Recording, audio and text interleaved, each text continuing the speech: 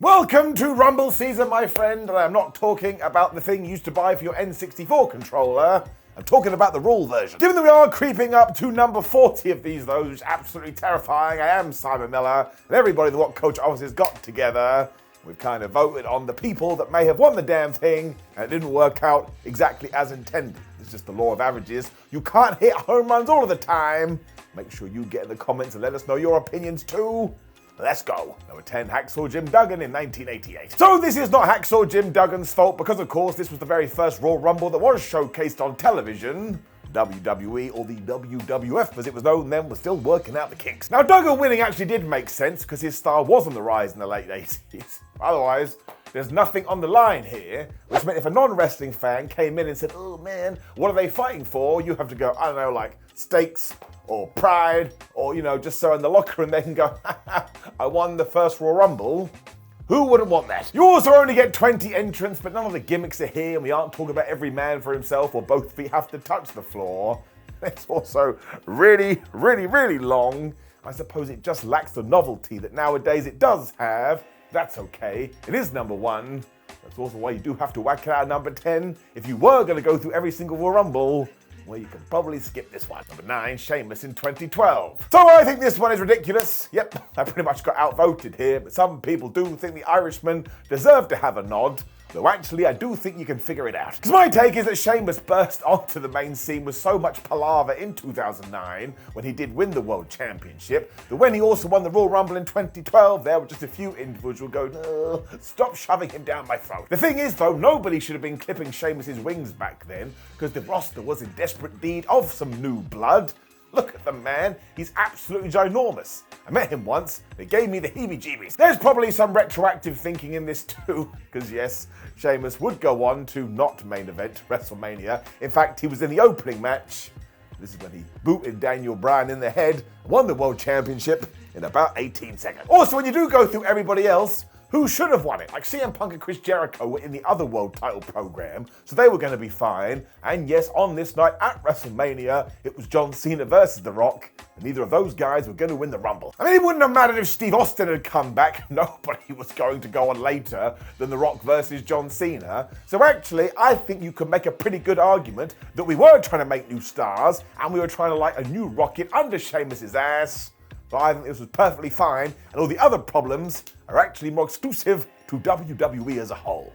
That's right. Number 8, Triple H in 2016, which also ties into this one because yes, in 2016, Vince McMahon had decided, well, listen, everyone, I'm going to get Roman Reigns over whether you like it or not. The problem is, the answer was not. What really ticked the audience off, though, is that rather than just turn Roman heel, which as we know today would have been a great idea, we continually put him in positions where he didn't have a hope in hell. Still feel sorry for Roman Reigns from this period. There's nothing he could have done. And that is why on this night at the Royal Rumble, everybody thought he was going to become the WWE champion. When WWE went, we've got a better idea, and Triple H is going to win it instead. Now listen, you can work this one out for yourself as well. Triple H was such a good heel. Everybody had decided, well, I'm sure he can turn the tide. But as we know, in 2025, it wouldn't have mattered if, I don't know, the devil, the actual devil, had walked down the aisle. Everybody was still going to boo Roman. I mean, do you remember that time when Hunter tried to murder Reigns on Raw? What did the fans do? They all cheered. That's when everybody was like, you know what? We're totally boned. The other part to this as well is that when we got down to the final 2, it was Triple H taking on Dean Ambrose. Actually, this goes back to my Sheamus conversation. In 2016, people wanted to see new blood get pushed, and if Dean had thrown out Triple H, well, that's a massive game changer. Again, go watch this Rumble and listen to the fans. It also would have meant you could have done the 2 former Shield members at that WrestleMania. But also, look, that's just what WWE does. They always want a legacy talent in those spots. And Triple H versus Roman Reigns was fine, I suppose. I mean, it's just another asterisk on the crazy ride of the big dog. Number 7, John Cena in 2013. Because it was meant to be once in a lifetime, that's why the audience was annoyed. In hindsight, why we ever thought that The Rock versus John Cena was only ever going to be a one and done, I don't know. But I guess that's just suspending disbelief. You don't do that, why even watch wrestling? It also told you that when The Rock did take on CM Punk at the Royal Rumble, that CM Punk was going to lose. And that's where the beef is here. So many people are like, this is CM Punk's WrestleMania. Even more so because he's been the champion for like 434 days. I still fall on the side of the fence where I'm like, we probably could have just done a three-way, although make it elimination three-way, and then Punk could have been there for 5 minutes. When you do go, poop, thanks for coming, because then he does get his WrestleMania main event. John Cena versus The Rock was once in a lifetime. Instead, we all bought into that stupid catchphrase. Also, though, let's not be funny here. It is John Cena The Rock. Just talked about it. You ain't gonna find anyone bigger. This was also during a time when the anti-Cena brigade were just out in force. They were like, it doesn't matter what he does, or what he says, or who he beats, or who he loses to, we're just going to boo him. Now, it did make for a very interesting WWE, and the atmosphere was crazy, but after a while, to use a very modern word, but it did get a little bit toxic. Number 6, Mr. McMahon in 1999. I mean, it pissed people off, but that was the intention, because Vince McMahon and the corporation walked into the Royal Rumble and they were like, hey, Steve Austin, we're going to make sure you don't win. The other main source of contention was that Vince McMahon is Vince McMahon, and he wasn't a wrestler, so why the hell didn't we just do our story beats with Stone Cold and given this spot to somebody else and sent them up to the moon? Secondly, if his job was just to stop Austin, which they did do, why, in terms of a creative point of view, couldn't we have just left it there? I think it comes down to the fact that Vince McMahon had booked so many Royal Rumbles. One day he woke up and thought, wait a minute, I can win it if I want. So he did. It was also the first sign that maybe this feud was taking over a little bit too much, although once again, go and look at the ratings, the numbers, and the financials, the World Wrestling Federation was flying. It did, however, expose the company in the sense they had nobody else ready to go, which is why they were so lucky The Rock did hit the highs that he did do. I get that nobody was going to be able to follow Steve Austin, but outside of these two guys, well, go and look what happened in 2002. Of course, when we got to WrestleMania, we still did The Rock versus Austin anyway, so I guess you could say we did think outside the box here, but the Royal Rumble winner position is taken quite seriously. That's why you always have to tiptoe around it. Number 5, Big John Studd. Now, the core idea here was very fun because the Royal Rumble structure was taking shape, because not only do we have 30 competitors, but with all the entrances, this thing went over an hour. You also did lean into the whole every man for himself because Demolition were in at number 1 and 2, and this was crazy, and Big John Studd winning was fine. It was the first time we went, oh my God, he's such a gigantic man. Nobody's going to be able to throw him over the top rope. The only reason he does get thrown in at number 5, though, is because this didn't help him at all. And all everybody was talking about afterwards was the mega powers exploding, or imploding. And of course, they were going to go on to main event WrestleMania, whereas Big John Studd was basically not going to do anything at all. I mean, he was the special guest referee at Mania between Jake Roberts and Andre the Giant.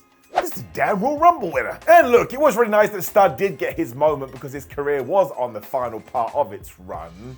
But again, if you are ranking the importance of Royal Rumble winners, well again, he just won a Royal Rumble, then he was moved to the side.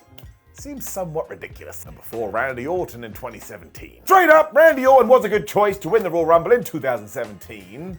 Just the way that WWE went about it. Because yes, we've already talked about it, but this was another time when Vince McMahon just stuck his feet in the floor. It's like, man, we've got to make Roman Reigns become the most popular person ever, when they just went with Randy Orton instead. It's just so strange. It just made for such a crazy booking decision, because what we were doing here is we were doing a wink, wink, nudge, nudge to the hardcore fans who understood that there was a discrepancy between the audience and what was going on behind the scenes, which is why we pretended that Roman was going to win, when from nowhere, Randy Orton got the victory, and that was meant to placate everyone. Whereas deep down in our Tootsie Toes, we were like, no, we just want consistent stories and we want to be heard. I also think people got bummed out a couple of months later because Roman Reigns was still in the main event of WrestleMania. This is when he did indeed take on The Undertaker, and I understand the importance of that match. But Taker had already lost to Brock Lesnar a couple of years beforehand, and the whole point of WrestleMania is that it's meant to be headlined by the Royal Rumble winner. Orton didn't get that at all. Instead, he was match 10 on a way too long card. And he did win the WWE title from Bray Wyatt. This was the same match when they did that overhead projection stuff. And the picture in the ring, well, it did not look PG. So I'm just going to say that around 2017, WWE had just lost its way. And again, it's because they weren't listening to the fans. That constant back and forth, well, it was always a bit of a problem. Number 3, Brock Lesnar in 2002. And man, going off that last sentence, that was absolutely the issue here. Because there was most definitely internal creative going on in 2022, which is why Brock Lesnar just came out at number 30, eliminated around about 47 people, don't try and do the maths there, when he won the thing. Honestly, he couldn't have been in for more than 3 minutes. It just felt so lazy, especially because it meant the main event of WrestleMania was going to be Brock taking on Roman Reigns, and by this time we had seen that match 4,769.4 times. People were just desperate for something new, which is why Cody Rhodes returning on night one of that WrestleMania blew the roof off the place. Not just because of the, oh my gosh, how is this happening? But it felt like fresh blood. In terms of the Rumble as well, Brock Lesnar had already lost to Bobby Lashley earlier on in the evening. So it's just so confusing. It's like, we've seen you, Brock. Nobody needs to see you again. Number 2, Alberto Del Rio in 2011. I mean, really, in many ways, this was the same as Roman Reigns. Vince McMahon decided, Alberto, you are going to be our brand new Mexican babyface. Even though 1, he was much better as a heel, and 2, even after we turned him, well, here it comes again, the fans still wanted to boo him. And sure, by this point we were still figuring all of this out, but you could feel it in the ether what the company wanted to do. And again, Del Rio did go to WrestleMania, where he took on Edge, and he lost. So it was like, okay, again, it's not the main event, and 2, he wasn't even able to follow up on this. What are we doing to this Royal Rumble slot? From there, it was another scrap with the audience, and of course, this was before Roman Reigns, but you could still feel it when WWE even got rid of Ricardo Rodriguez. He was one of the best parts of the act. 2011 is also when we decided to throw 40 people into the Royal Rumble, and let's just call this for what it was. Everyone was like, well, we have done a lot of these matches. How should we freshen it up? But we didn't think about the stories in the middle of the match or the feuds we could build towards WrestleMania. It was just like, well, why don't we increase the numbers? I've said it once, I'll say it twice. That is lazy. But 1, Roman Reigns in 2015. So it is the culmination of everything we have talked about. Another reason we did have such a rickety road afterwards, because finally we went, fine, give the Royal Rumble to Roman Reigns in 2015. But even then, we just had to tiptoe around this. I'm saying it again. WWE was so aware that Philadelphia was probably going to boo the big dog, they sent out The Rock to try and help with this. What happened to Dwayne Johnson? He got booed too. Look at this picture. Look at his face. He knows he wasn't happy about it either. Once again, we used Kane and the Big Show to try and trick the fans as well and go, oh, do you want one of these 2 to win? No, you don't.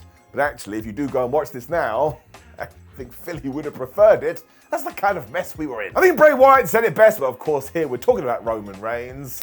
Anyone but you. I do want to make it clear that none of this was Roman Reigns' fault, because we've seen what he can do when he is booked right.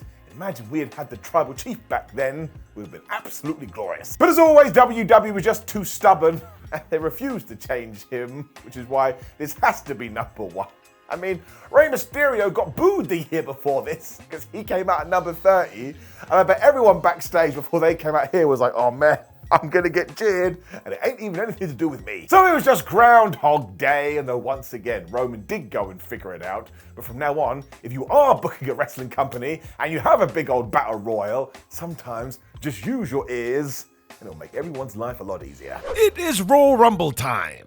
Unless you're watching this in July, then you've got to wait ages. Just pick your favorite and pretend it's January. It is the best time of the year though, so do get ready to impress your friends with trivia. Because yeah, here's 10 things you didn't know about the Royal Rumble. Number 10, Vince McMahon thought it was stupid. Yep, when right-hand man Pat Patterson pitched the idea of 30 men being thrown over the top rope, Vince McMahon rolled his eyes and thought that sounded awful. During a meeting with NBC head honcho Dick Ebersol, though, McMahon needed an idea to present for a TV special, so told Pat to run with it. Vince was convinced it would be the death knell to all of this and we could move on, but no. Ebersol thought this sounded most fun, and the Royal Rumble was officially greenlit. Now, the main reason Dick liked it was due to the entrance format. He assumed viewers wouldn't change the channel if a new superstar was about to walk to the ring, and damn it, he was right. It didn't take long to get rocking and rolling either, because by 1989 it had become its own pay-per-view, and we know the rest. We've talked about it, it's the flipping best, and that rhymed. Number 9, the first Rumble had 12 entrants. Because again, this was a proof of concept, we were figuring things out. This is why while 1988 has long been seen as the official debut, the WWF did try one out on a house show with 12 wrestlers, as the one-man gang became the last man standing. There were barely any recognizable names in it either, although the Junkyard Dog did make it to the last 2, and do you know what gang got for winning? Nothing. We were literally doing it because we needed something to do. 48 hours we tried again, this time with 10 people, so clearly we didn't have a clue.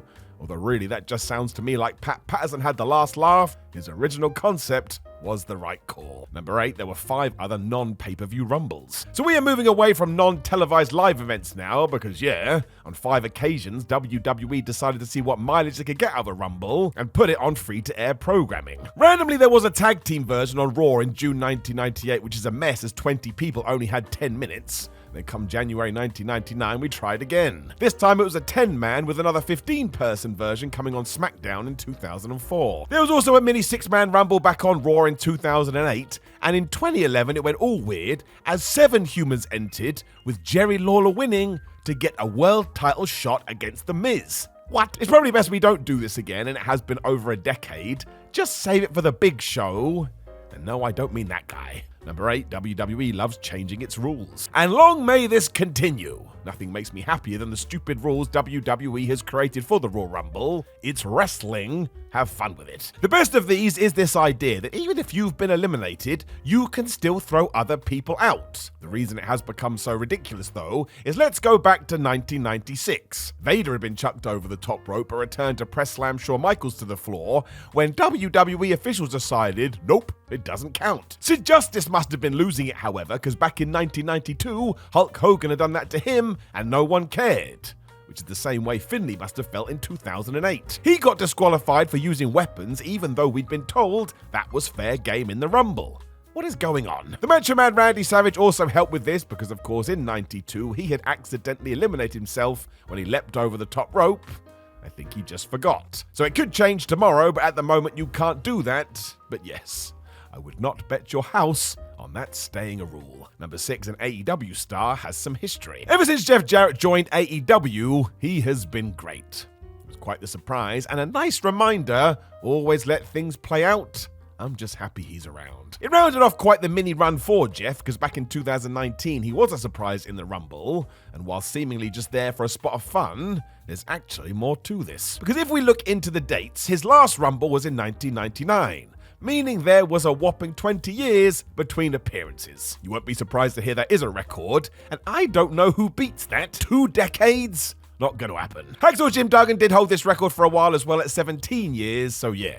If it does go down, it'll be quite the surprise. Maybe Roman Reigns turns up in 2044. Number 5, John Madden was asked to commentate. For whatever reason, Vince McMahon decided the 1994 Royal Rumble needed some extra pizzazz to it, when somebody mentioned that legendary NFL commentator John Madden was between jobs. Bam. They instantly reached out to him, and as I'm sure you can figure out, he said no. John didn't think he'd be able to get the right tone across. He didn't watch that much wrestling. According to Bruce Pritchard on his podcast, McMahon really pushed for this, but when no amount of money would do the job, he settled on Ted DiBiase instead. Turned out that was an error. Because very strangely, the $1 Million Man just couldn't get it together, meaning when you do break it down, John Madden would have likely done a better job. What a world we are living in. Number 4, Mil Maracas refused to be eliminated. Which is amazing, really. That is the whole point of the match. So if you're not going to go over the top rope, you're going to win. Maybe this was Mil Maracas' hope. Either way, the legendary luchador was entered in the 1997 version along with a bunch of Mexican stars, as the WWF tried to appeal to a wider audience. I don't think anyone thought someone like Mil would come in and protect their star status, though. But he did. It would simply look terrible for him to go back home after failing, which triggered a huge back and forth. And what was the result? Well, Maracas can just go get rid of himself. This is why Mil just climbs to the top rope and throws himself to the outside onto somebody else, because we were mucking around with the rules again, and here, this said he was done. Do you want to know the best bit, though? If you do watch it now, Maracas actually climbed through the middle rope before his hurl, so technically, he is still in the thing. Justice for Mil, he was never asked back again. Number 3, the 2000 show ruined a UK relationship. I remember this. I was but a boy, but I saw it play out in real time. It was super exciting if you were living in the United Kingdom too, because WWE had struck a deal with Channel 4 to air the pay-per-views for free. I didn't have any money back then, so this ruled. It turned out life didn't agree with this, however, because man, we could not have picked a worse event to show. Now, if you don't know, the 2000 Rumble is nuts. It's not only does Mae Young get naked for some reason, the violence is off the charts. Triple H and Cactus Jack tried to kill each other. Clearly, Channel 4 execs were not expecting this, so when we got to Backlash, they included a 50-minute delay so they could edit out any similar content. That's mad. It meant this relationship didn't last that long, although really, why didn't someone from Channel 4 just watch any episode of Raw? It wouldn't have taken that long to figure it out. Number 2, Maven was drunk for his big moment, or tipsy at the very least. It has stood the test of time, as Maven eliminating The Undertaker from the 2002 Royal Rumble is still a talking point today. We should probably chat more about the horrendous chair shots he then suffered from the dead man. That's a different video for a different day. As the Tough Enough winner revealed recently on his very good YouTube channel though, he walked into this after having a few drinks. Now this wasn't him being unprofessional or anything like that, and instead Maven found Taker beforehand so they could walk through it all. The rookie was also desperate to do a good job, so wanted the planned blood to flow freely. When the Phenom suggested he took an aspirin to help with that, they hit a snag. Maven was allergic. Ruh-roh. The Undertaker knew how to deal with that too though, so he busted out some whiskey, and while he was able to smash these, clearly it was different for Maven, so yup, he walked to the ring feeling a little buzzed. In hindsight, maybe this was for the best, cause yeah man, those chair shots. Still not over them 20 years later. Number 1, Randy Orton's unwanted record. I doubt Randy Orton cares about this. The man has become one of the biggest stars in modern day WWE, earned a ton of cash, and will go into the Hall of Fame. He has smashed it. If we do go back to the 2021 Royal Rumble though, which was won by Edge, you may remember him and Randy were in there for ages. I think the official time was 58 minutes and 30 seconds. That's a long-ass run. What sort of slipped under the radar, though, is that Orton eliminated nobody. That's right. It means he is officially the person who has spent the longest time in a Rumble without throwing one guy out of there. And I know there is an asterisk as he was out of the thing for ages after a brawl with the Rated R superstar. But still, you can't argue with numbers, and you can't argue with maths. Even Edge during this time was only able to hurl out Seth Rollins, Braun Strowman, and the Viper himself, which also ain't great. He does get away with it, mind, because it was still better than Randy. It is almost Royal Rumble time. My favorite part of the year. Of course, a huge reason for this is because you get the whole turn 9, 8, 7, 6, 5, 4, 3, 2, 1, and you're never 100% sure who is going to come through the curtain. And when you get a mega surprise, I do the dance of joy. But I am Simon Miller, and that's right, today it is the 20 most random Royal Rumble entrants ever. One day, I enter it. What would happen there is my music would hit, and one guy in the crowd would be like, it's that idiot from YouTube. Everybody else would be like, who the flub is this? Number 20, Jordan Grace. So this ruled. It did come in the 2024 Royal Rumble. I think the main reason why people were surprised is that the old era of WWE had kind of tinkered with doing stuff with TNA, but now in the new era, we were going all in. I mean, let's not forget that later in the year, the NXT TNA crossover was going to be massive. I suppose it was born here, because Grace came in at number 5. The true surprise, however, is how she was treated, because she didn't just get eliminated instantly. In fact, she was in that Royal Rumble for a long old time, and she was throwing some fisticuffs. Like she didn't actually eliminate anybody, but the commentators are putting her over for huge. She felt like a strong panda. It was Bianca Belair that eventually chucked her out after about 20 minutes. So yeah, as we do get to the 2025 version, let's do something like this again. Number 19, Mabel. Now, the 1999 Royal Rumble, this was considered a surprise, because nobody thought Mabel was coming back to the WWE. Now, this is because the last time we had seen him, he was being told off by Vince McMahon, mostly after 96 King of the Ring, and being told, listen, dude, you keep hurting people, and you gotta stop it. One of these was The Undertaker as well, which made it very strange, because it was Mark Calloway who said, oh man, maybe we should go and get Mabel, because he did arrive here in the Royal Rumble, when he got taken out really quickly by the Ministry of Darkness, and they sacrificed him, and turned him into Viscera. Don't get mad at me, that's what happened. I can't lie though, this really did work, because as the silent big man heater dude, he was so damn good. And then sure, eventually he would become the world's largest love machine. And my big question with that is, did somebody measure this? How do you know he was the world's largest? I call poppycock. I mean, I never felt like he was going to be in the top tier or become the WWE champion. So yeah, I quite like Big Vis. I thought he did a really good job. Number 18, Ernest Miller in 2004. So for some reason, 3 years after WWE had purchased WCW in 2001, they said, hey, Mr. Catman, do you want to be in a Royal Rumble? Now, if you watch it today, you will flip out because you'll be like, oh my gosh, that is Brodus Clay's theme, or the Funkasaurus' theme, whatever the flub he was called. But obviously, Ernest used this first. So if anything, Brodus stole it from him. It was number 18 when he did walk to the ring, and in fairness, Ernest Miller had been signed by WWE for a while, but once again, the shock came in the fact that he'd been on all the B shows, so why the flub was he all of a sudden on a major pay-per-view? We soon figured it out because he got in there, and he did his dance when Chris Benoit and Randy Orton looked at him and said, nah, brah, and they threw him over the top rope, and he lasted about 15 seconds still. At least he got in the thing. Not the worst thing for your CV. Number 17, Johnny Knoxville. Now this all built to that WrestleMania 2022 match with Sami Zayn.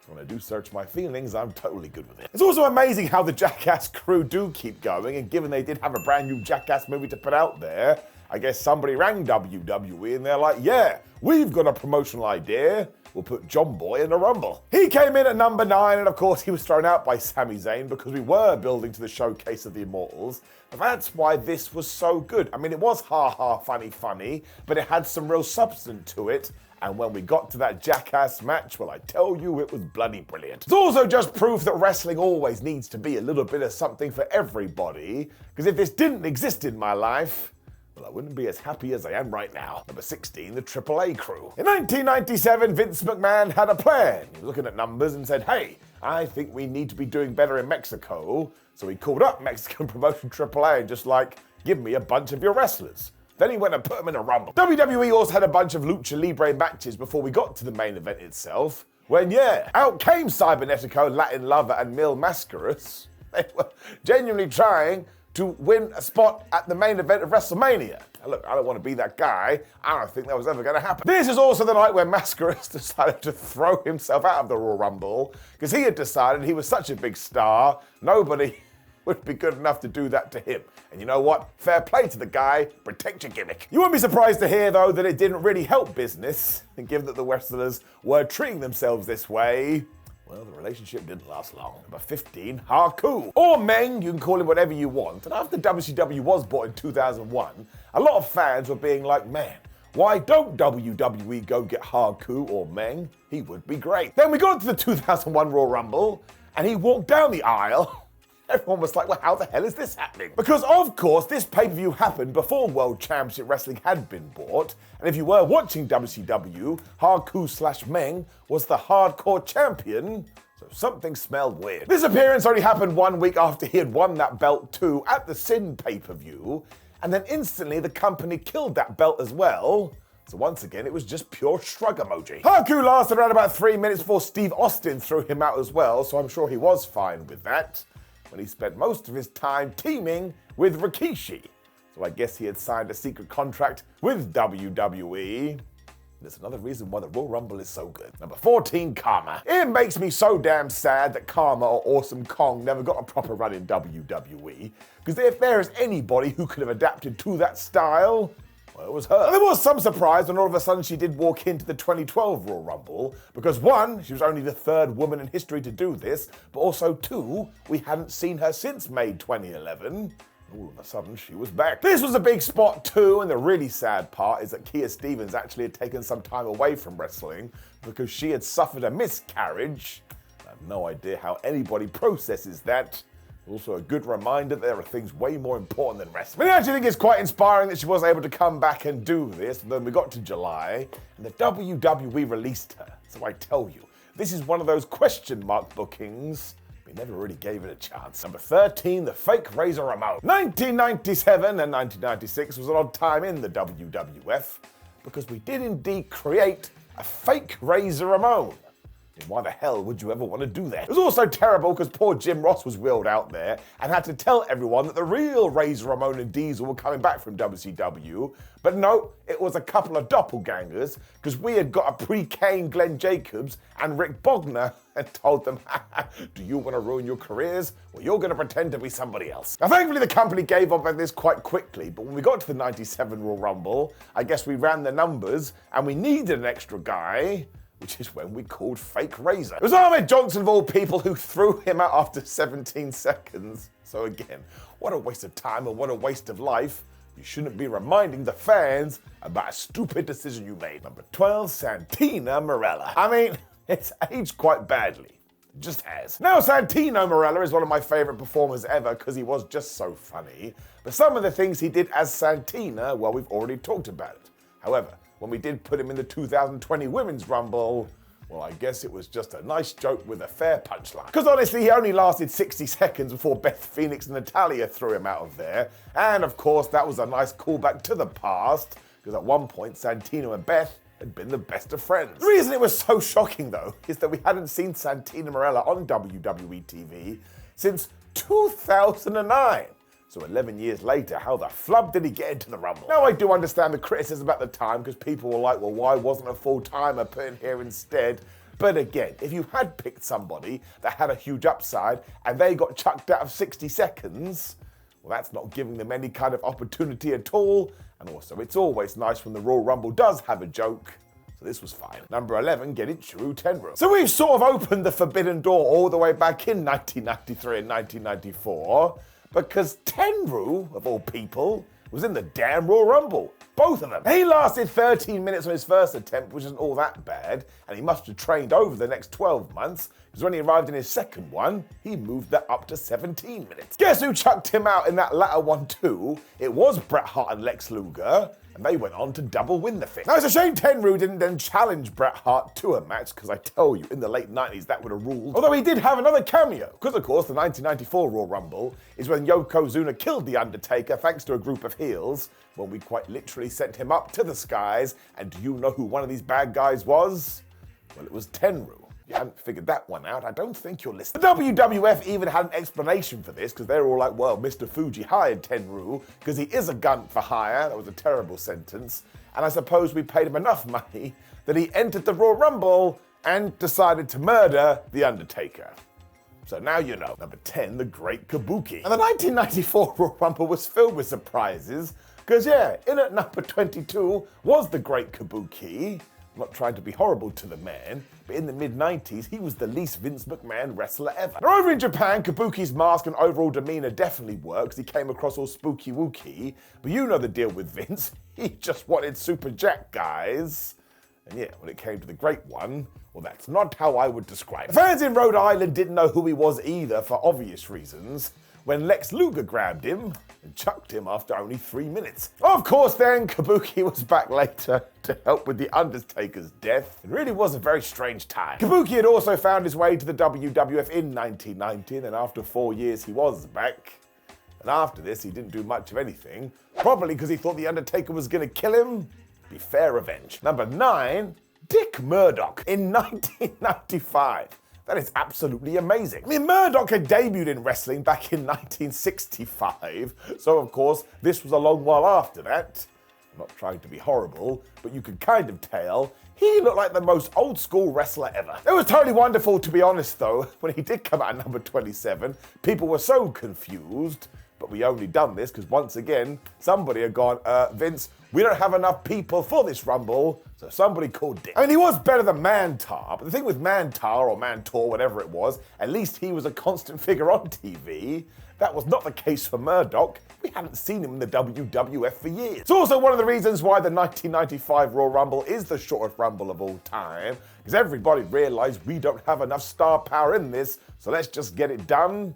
It's actually a very smart choice. Sadly, this was the last time we would see Dick Murdoch in the WWF too, because he passed away way too early in 1996. And it's always tragically sad. Number 8, Doug Gilbert. Who is Doug Gilbert? I hear you ask. Well, I'm gonna tell you. Because it was 1996 and the WWF was having another rough year when it came to stars. Although in this Royal Rumble, you did have Shawn Michaels, you did have Diesel, and you did have the British Bulldog. So it wasn't bad as the previous one. Vader also debuted in this thing, and that was awesome. But so did USWA star Doug Gilbert. Now, it really didn't fit in because, again, he was nothing like the WWF star at the time. When it did become obvious, we needed a bunch of bodies so Vader could throw them over the top rope. And yep, Dougie Boy was one of those. And my favourite part of all of this is that it meant Doug Gilbert, within kayfabe, thought he could win this and go to the main event of WrestleMania 12. Fair play to Doug though, because he was still having matches all the way up to 2022. What a damn hero. Number 7, Taco Amori. Now early on, when TNA was but a young pup, they actually did book Ken Shamrock versus Amore. Now, more hardcore fans will know him from New Japan and All Japan and 01 and Noah. But honestly, when you do go through his career, he had one hell of a run, which is probably how he turned up in the 1996 Royal Rumble. I'm sure this must be tied into chats we've already had though, because after 3 minutes, did somebody say 3 minutes, Triple H and Jake the Snake Roberts threw him out of there. Don't forget, this was the Hunter Hearst Helmsley version of Triple H. So he was still the blue blood. And the best part of that, if you had been some kind of time traveler, you could have popped in and said, hey, Paul Levesque, one day you're basically going to be running WWE. Oh, and as for you, Amore, well, you're going to go on to become a Triple Crown champion. Amore was a relatively new wrestler in the mid-90s as well, but he did have some build to him.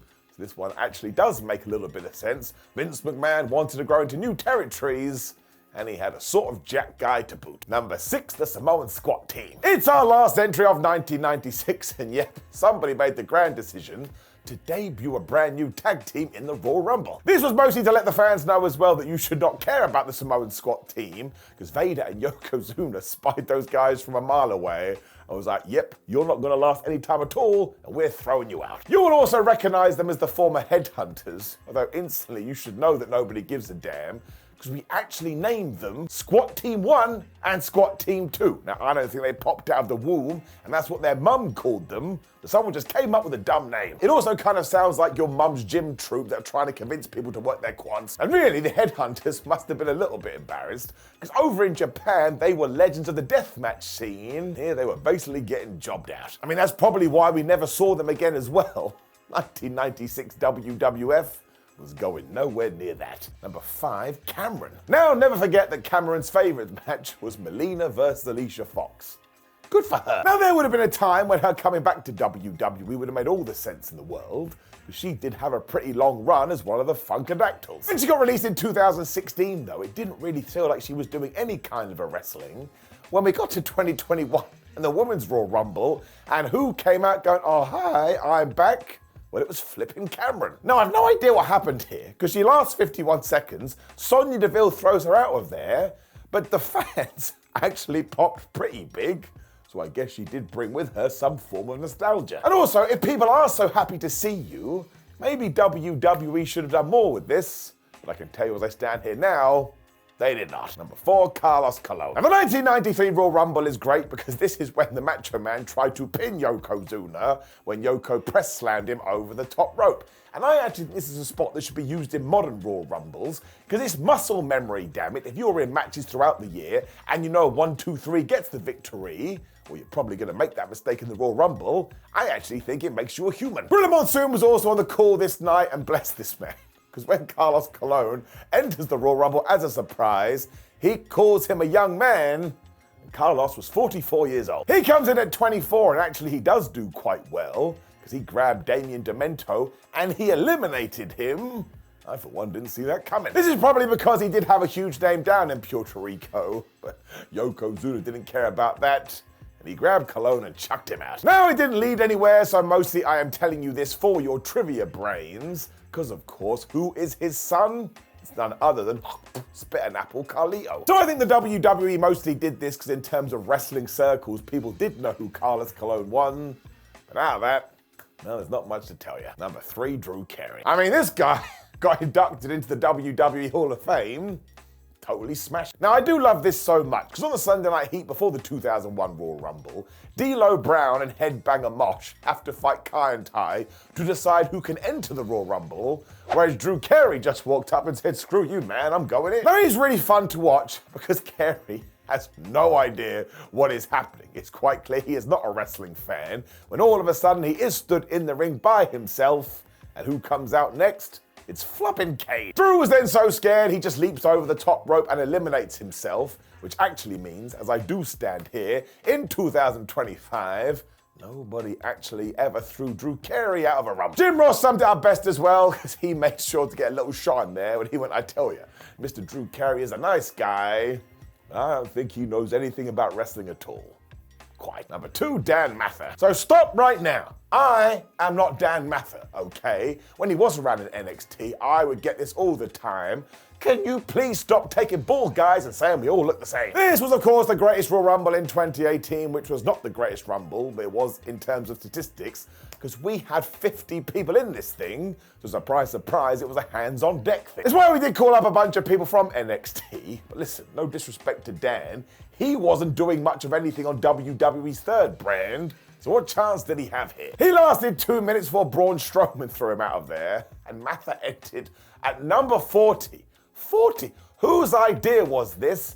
Once again, it was really, really dumb. As we know too, Braun would eventually win the thing, and he got that green belt, which he definitely still showcases today. Number 1, Hiroki Sumi. So let us finish with the 2018 Greatest Royal Rumble 2. Mostly because it was stupid. Because when WWE started working with the Saudi Arabian royal family, they were like, man, we'd love to see Yokozuna. Meaning Vince McMahon had to go, well, that would be great. But Yokozuna has been dead for a very long time. I mean, that was in the year 2000, 18 years before this event. Because Vince is a very weird guy, he was like, well, I'll just go and get another sumo wrestler. When you break that down, you could argue it's quite offensive. Sumi was the alternative, though. This guy had no relationship with sports entertainment at all, which is why after he got thrown out of the Greatest Royal Rumble, he never had another wrestling match again. He also went in number 7 and lasted 45 seconds before Mark Henry eliminated him. When you go back and watch this now, it is oh so weird, and it is oh so strange. I mean, all of these Saudi Arabia shows are a little bit weird, but this one, I tell you, it takes the biscuit. Before we begin, an acknowledgement. Hiroshi Tanahashi coined the term Forbidden Door in order to promote his Wrestle Kingdom 14 match with AEW's Chris Jericho. Now, when he came up with this phrase, it was intended to only refer to crossovers between AEW and New Japan Pro Wrestling. It has since been bastardized mercilessly by people like me for the purpose of making videos like this, but it's also just a really cool and easy term, so sorry, I guess? Anyway, the Royal Rumble. Obviously, one of the big appeals of this match is that you never know who's gonna show up, and on occasion, but not necessarily every year, WWE will call on another person from another land, even if they're contracted to another promotion. Today, we're gonna look at some of the best examples. I'm Andy from WhatCulture, and here are 10 times WWE Royal Rumble opened the Forbidden Door. Number 10, Mickie James in 2022. We're going to begin with the most obvious, I guess, for modern fans, and also the most recent, as Mickie James entered the 2022 Women's Royal Rumble not only while working for Impact Wrestling, but while working as its Knockouts champion. She got the belt on the pay-per-view, which is a win in itself, and this was very much the Impact version of Mickie as well, coming down to the ring as she did to her self-penned song, Hardcore Country. And to be fair to her, she got a pretty big pop on the night as well, so fair play. Pretty awesome. Now, WWE doesn't always play well with other promotions. In fact, historically, their record is kind of appalling, but at the same time, remember that they did send this legend's gear back to her in a black bin bag after they fired her that time, so it's safe to say that they probably owe her a couple more Rumble appearances for all of that. But this was cool, and even if it's the only time it ever happens, I think Mickie will be pretty happy. She looked happy on the night. Anyway, delighted. Number 9, Genichiro Tenryu and the Great Kabuki in 1994. One of the things you're going to pick up watching this video is that a lot of these crossovers with people who were working elsewhere happened in the past. And so we land on Kabuki and Tenryu in 1994. Now, this wasn't Tenryu's first appearance in WWE. He'd actually been at WrestleMania 7, and as well, he was in the 1993 Rumble, which was all a product of WWE's working relationship with Japan's SWS promotion at the time. In 1994, this pair of Japanese legends were knocking around in WWE together, taking care of business on behalf of Yokozuna. They went after The Undertaker, and they went after Lex Luger as well, to try and soften him up and hopefully prevent him from winning the Rumble. They entered the Rumble itself, and unfortunately, they didn't quite get the job done. They were eliminated by Luger and Bret Hart, the co-winners, if you remember, and off they went back to Japan, never to feature on WWE television together again. Poor fellas. Number 8, Hiroki Sumi at the Greatest Royal Rumble. Supposedly, this appearance from a sumo wrestler at a pro wrestling event was the product of Saudi authorities asking for appearances from Yokozuna and the Ultimate Warrior at the 2018 Premium Live event. There's one small problem with that: both Yokozuna and the Ultimate Warrior were a bit dead at the time. According to the reporting, then, instead of getting Yokozuna, we got Hiroki Sumi, who was a real-life sumo wrestler until he retired in 2017. He lasted all of 46 seconds in the match itself. And yeah, I think this has to go down as one of the weirdest Rumble appearances of all time. The guy had never wrestled, at least in a pro wrestling sense, before. It was all just a bit strange, really. I'm still trying to make sense of it myself. I mean, the guy doesn't even have a cage match profile, for goodness sake. Number 7, Doug Gilbert in 1996. Airlifted straight from the USWA into the 1996 Royal Rumble, Doug Gilbert was a pretty unremarkable participant in that year's match, but he certainly fit the unpredictability and chaos of this era of WWE wrestling. Gilbert was pretty much just in this match to be a warm body for Vader to pulverize, as were a bunch of other people in that year's Rumble as well. It was pretty appropriate. Vader's a monster, he's coming in, he needs to look like a badass, so have him throw a bunch of dudes out. Either way, it was a strange inclusion given how anonymous Doug was in the Rumble. Number 6, Takeo Omori in 1996. This fella certainly wasn't short of enthusiasm as he hit the ring for the 96 Royal Rumble, dashing down, stampeding through the doors as if he were, I don't know, Brian Myers and Matt Cardona at the Toys R Us winter sale. But how and why did this All Japan star end up there in the first place? Well, according to the reporting of the time, he actually wanted to cross the Pacific and try his luck at American wrestling himself. Unfortunately for Omori, this wasn't some kind of lasting run. He entered the Rumble, went back to All Japan, and continued his career. He did eventually return to American shores, but if you want to see him wrestle today, he's still active actually in All Japan, wrestling almost every single week at 53 years old. Fair play to him. Number 5, Dory Funk Jr. in 1996. Completing our 1996 collection is the legendary Dory Funk Jr. Now, by this point,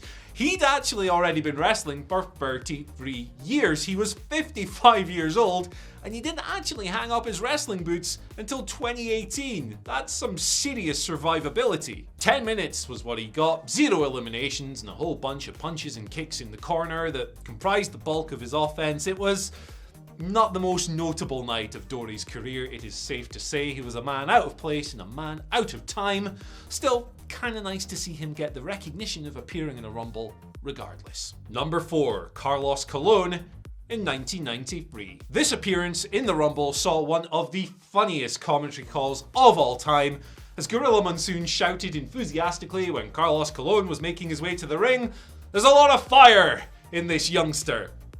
He was 44 years old and physically about 70. A legendary WWC promoter and wrestler in Puerto Rico, Colon didn't have the most memorable night here, lasting a few minutes, getting 1 elimination before he was thrown out by Yokozuna. It's the same story for a lot of people on this list, but Colon's appearance will stand forever just because of that silly call, man. Imagine today if Arn Anderson, I don't know, comes down for the Royal Rumble. A lot of fire in this youngster.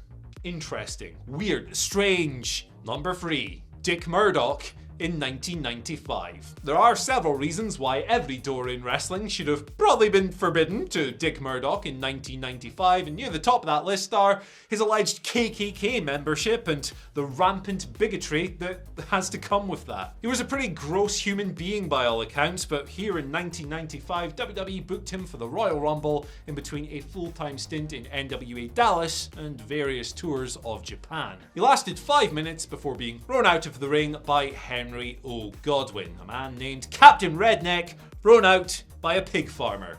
Seems quite appropriate, really. Number 2, Mil Mascaras, Pieroff, Cibernetico, and Latin Lover in 1997. This was a product of WWE's working relationship with Mexico's leading promotion AAA at the time, and this Entering all 4 luchadors into the match was WWE's attempt at spicing up the Rumble a little bit, giving it a bit of an extra flavour. We got all 4 guest stars, and the crowd didn't really take to Cibernetico, Pieroth, or Latin Lover. But Mil Mascaras, his participation in this match really was something else. So, if you're not aware, lucha legend, massive star in Mexico, genuine mainstream celebrity. When he got there, he seemingly deemed that he wasn't going to be thrown out of the Royal Rumble by anybody, which meant that they had to come up with frankly daft spots that saw Mil eliminate himself by diving off the top rope, over to the outside, and into a pile of humanity below. Meanwhile, the commentators chastised him for seemingly not learning the rules. Whether or not he knew the rules or whether this was just a product of some backstage brothering, I'm not too sure. You know how these things go. But it's pretty damn funny nonetheless. And at number 1, Haku in 2001. This is one of the greatest Royal Rumbles of all time, and it features one of the most random WWE returns of all time as Haku strode back into the promotion for the first time in 9 years. The Forbidden Door aspect comes into play here because technically, Haku, as Meng, was still a WCW wrestler. This year's Rumble, 2001, it took place just before WWE purchased WCW, and at the time, Haku was the WCW Hardcore Champion. How was he able to appear in the Royal Rumble? Well, he was on a per-date deal with WCW despite holding one of its championships. This meant that he could pretty much do whatever the heck he wanted, and whatever the heck he wanted was to go back to WWE, team with Rikishi for a year, and then bounce out of there. Now, bit strange, if you're in the WCW office, you're probably not best pleased about one of your champions just showing up for the other company, but I mean, are you gonna tell Haku otherwise? And besides, the company was about to be sold to Vince McMahon anyway. Still, it's a fun little nugget of history and a fun Rumble return. I pop for this, I'm not gonna lie. The lamest ever WWE Royal Rumble surprise was the fact that Daniel Bryan, now Bryan Danielson, never turned up in the 2014 one, meaning poor Rey Mysterio came out number 30 and got booed. That will always be the worst surprise. It wasn't really like an anti-surprise, but one, nobody ever thought Rey Mysterio would get booed ever, right? He's never actually been a proper heel, maybe in WCW when he's part of the Pretty Young Things. That's what, the Dirty Animals, I can't remember that group, right? Were they meant to be heels? Even then though, I don't think that was Rey Mysterio being booked to be his best self, for lack of a better term. He's like a Ricky Steamboat, right? You just love this guy because he broke down doors and he changed the game and he could be the best wrestler of all time. Sometimes people say that. I'm like, yeah, you could be right. But I mean, that's how bad it was, right? That's how awful it was. People expected Daniel Bryan. I mean, people thought he was going to win it, so to not be in it at all. I mean, that's why WWE most likely didn't put him in it, because they were like, if we do that, nobody will get mad. He does get thrown out, which is exactly what happened in 2015, but we'll talk about that in another video. But the surprise of Rey Mysterio getting it in the neck, and of course, it was nothing to do with Rey Mysterio. It was just he was the last guy. It could have been me. It could have been my nan. It could have been you. Like, whoever was going to walk out of that 3-0 position was going to get absolutely slaughtered because that told everyone in that arena, you ain't getting it, right? That thing that you wanted, that thing you were desperate for, and that thing we thought we were going to tie into WrestleMania 30, it's not happening. So I think it was an instinctual thing, but that surprised me. And I know other people have entered, like the Boogeyman was a surprise one year, but I mean, good for the Boogeyman, right? That doesn't really affect me today, especially because there's been some years where the Royal Rumble has 0 star power. Was the 95 or the 96 Royal Rumble? It was a mid-90s Rumble, where they said it was 2 minutes intervals, and they said it was like 42 seconds, because like, we don't have any stars. So what we can do, they had a few stars, but not many. What we can do is you can overpack the ring, and then that will make the Royal Rumble really exciting, as opposed to relying on big names. But it's always the one that pops into my brain, because even like, I'm sure somebody will say Drew Carey, which I think was 2001. Love it. Like, it's so stupid and it's so dumb, and I think the Royal Rumble should always lead into that kind of a thing. But to take someone that the fans were desperate to become your top new babyface and to ruin the other babyface you have in the process, and let's not forget, one of the reasons Daniel Bryan wasn't in this is because I don't think he was planned for the WrestleMania 30 main event, and we had to just claw and scratch and do all these things to finally get there, which we did. So, you know, beggars can't be choosers. But yeah, it was a nightmare. It was a bad surprise. Never do it again. That's why I was so happy Jey Uso won in 2024, 25. He was so over. And he won. I know that there's this whole back and forth about Jey Uso these days. It doesn't matter. I'd much rather Jey Uso won it than a John Cena, simply because I've seen John Cena win Royal Rumbles before, and this allowed we tried with Jey Uso. Now, I think it would be a success. Other people would say otherwise. But sometimes I think that's what the Royal Rumble should have been for, which ties into this, right? Daniel Bryan was over. Daniel Bryan was hot. Let him win the Royal Rumble and see. We didn't do it. It was a disaster. Look, I think we can all agree that the 2022 Men's Royal Rumble was ace. It was ace. But we're getting late on in the running order, and I think the only two surprises that aren't just main roster people were John and Knoxville, okay, and Bad Bunny. Awesome, but you're thinking we've got, I think, 3 entries left. We all kind of knew Brock Lesnar was going to be number 30 and just, do what he was going to do. But nevertheless, 2 spots. It could be anybody. It could be a boat. But... tugboat. But what we got instead was the boss's sweaty son, Shane McMahon. He came out, what are you doing here? And not only did he come out to a bit of like, oh, Shane still got it, but he then subsequently went toe-to-toe with 2 former UFC fighters, 1 former world heavyweight champion in Brock Lesnar, and then, I think he got an elimination in there as well, and then proceeded to, botch everything, let's be perfectly honest, sweat all over the place, and be the penultimate elimination. It was him, then Drew, then the match was over. And everyone was pretty pissed, to be honest. Look, in 2022, I was very happy when Shane McMahon came back all those moons ago, and you thought, oh, things are going to be different. They weren't. But, nevertheless... still get a bit of the, okay. Yeah. By 2022, no thank you. And I'm very certain this performance was so heinous that his own father went, yeah, that's it for a while, I think, Shane. We won't be needing you for WrestleMania or anymore or ever again, unless you want to come out and do what you do in a couple of years' time at WrestleMania. But yes, Shane McMahon, considering the wealth of talent that they had, not just to bring in from the likes of NXT or just random surprises from back in the day, the boss's son at 28 in the Royal Rumble. What are we doing? Dolph Ziggler's 2018 return. This is not particularly some sort of like shoot on Dolph Ziggler. He had many lows amidst a few highs in WWE. In a run, I think a lot of people even now can assess as being a little bit unfairly weighted against him for the work he put in. I was never the biggest Dolph Ziggler fan, but I cannot argue the fans that loved him down from a certain position that he should have had. It was like never really as high as it should have been. The highs were too fleeting. You can remember moments, capital M, but you can't really remember runs, sustained periods where Ziggler was on top, but it felt like they were working towards one.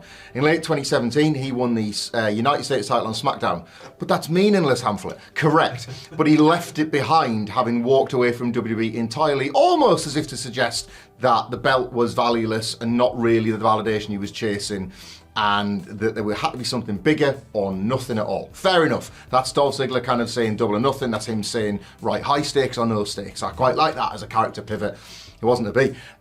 He took a month off. He got a quiet Christmas, which he deserved, I guess. But then he returned at the Royal Rumble in the number 30 spot, something that has historically become, like, since John Cena in 2008, the big surprise spot, the big pop, that last, oh my God, it's this wrestler. It was Dolph Ziggler. And he lasted 2 minutes and was eliminated by Finn Balor. And there was like nary a mention of him abandoning the US title or his big retirement or anything that had followed in 2017. So, to recap, Dolph Ziggler spent several months kind of like hating his life, impersonating other wrestlers, mocking Bobby Roode, wins the United States title, abandons the United States title, returns at the Royal Rumble, gets eliminated in 2 minutes, slots right back into where he was the prior summer, and it's never really spoken of again. If there was ever a time where you knew that for once and for all the ceiling on Dolph Ziggler had been properly lowered, and even his biggest fans were no longer sort of expecting anything big from him, it was that specific Royal Rumble moment. Do you want to know who I think is the lamest surprise in Royal Rumble history ever? Yep, that's a sentence.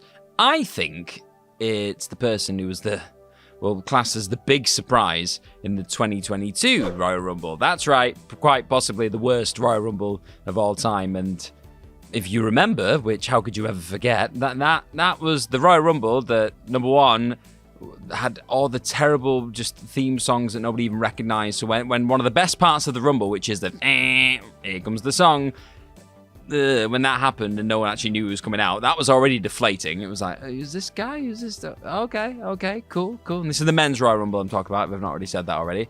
So there was that. And then the fact that, like, some of the major surprises up until number 30 were, like, I don't know, the Johnny Knoxville, Bad Bunny, the Shane McMahon. I don't know if Johnny Knoxville was a surprise. Can't remember if he was always planned to be in it now. It's all the blur 2022. But they were the big moments anyway in this Royal Rumble, which already says a lot. And then we were like, right, they must have something up the sleeves if, like, Shane McMahon is as good as it's got so far for surprises. But, oh no. The big surprise in this Rumble was Brock Lesnar at 30. Yep, he'd already been in a match that night. I think he'd lost his WWE title to Bobby Lashley because of Roman Reigns and all that stuff. And here he was, and you just knew. You knew the second that stupid thing hit. It was going to be a demolition, and that's what happened. He battered everyone. He suplexed them all around the ring. Admittedly, looking back and in hindsight, because of what we know about that Rumble, watching him just batter Shane over the top rope was very funny. That was one of the only things that was quite funny. But outside of that, it was just like, oh, we're doing this again? We're doing Brock murdering everyone and then winning? Yay. Never seen that before. And it just felt lazy, uninspired. It was in case of emergency, break the Brock Lesnar glass and just, then we're going to go for Roman and Brock again? Right, cool. And I was so deflated. I remember this is one of the last Rumbles that I probably stayed up all night to watch, and I audibly sighed when I realised that the best surprises in this match, this last match on the card, again, if I remember rightly, were going to be Johnny Knoxville, Bad Bunny, like that. They would. I don't even think Johnny Knoxville was a surprise. I think Bad Bunny was the surprise, and I was like, right, is that it? Great. It was a real low light of a pretty damn crap time creatively in WWE, and highlighted the absolute worst of what Vince Kennedy McMahon, I nearly split it out there, just stuck into my brain. The very worst of him when it comes to his creative mind, and it was crap, lame even. So it's really the best Royal Rumble surprise considering the circumstances, but for the first time in my professional career, I'm going to apply a bit of objectivity, because I think that this is, I mean, by the letter of the word, it does not get lamer than this. Greatest Royal Rumble, obviously, bit of a controversial event. What was it, 50 people, 50 bad boys in that match? It lasted about 20 hours. We saw all kinds of names in there. They obviously were quite desperate to fill it up. Babatunde was in there before he was later reborn as Commander Aziz. He was Dabba-Kato as well, of course. I think Dan Mappa was in there. I think it was his first appearance, correct me if I'm wrong, comment section, since NXT built up a 5-week debut plan and then just had him get ruined by Samoa Joe, which I thought was really novel and fun, actually, a little angle. But no, the dumbest thing in that entire match was Hiroki Sumi, wasn't it?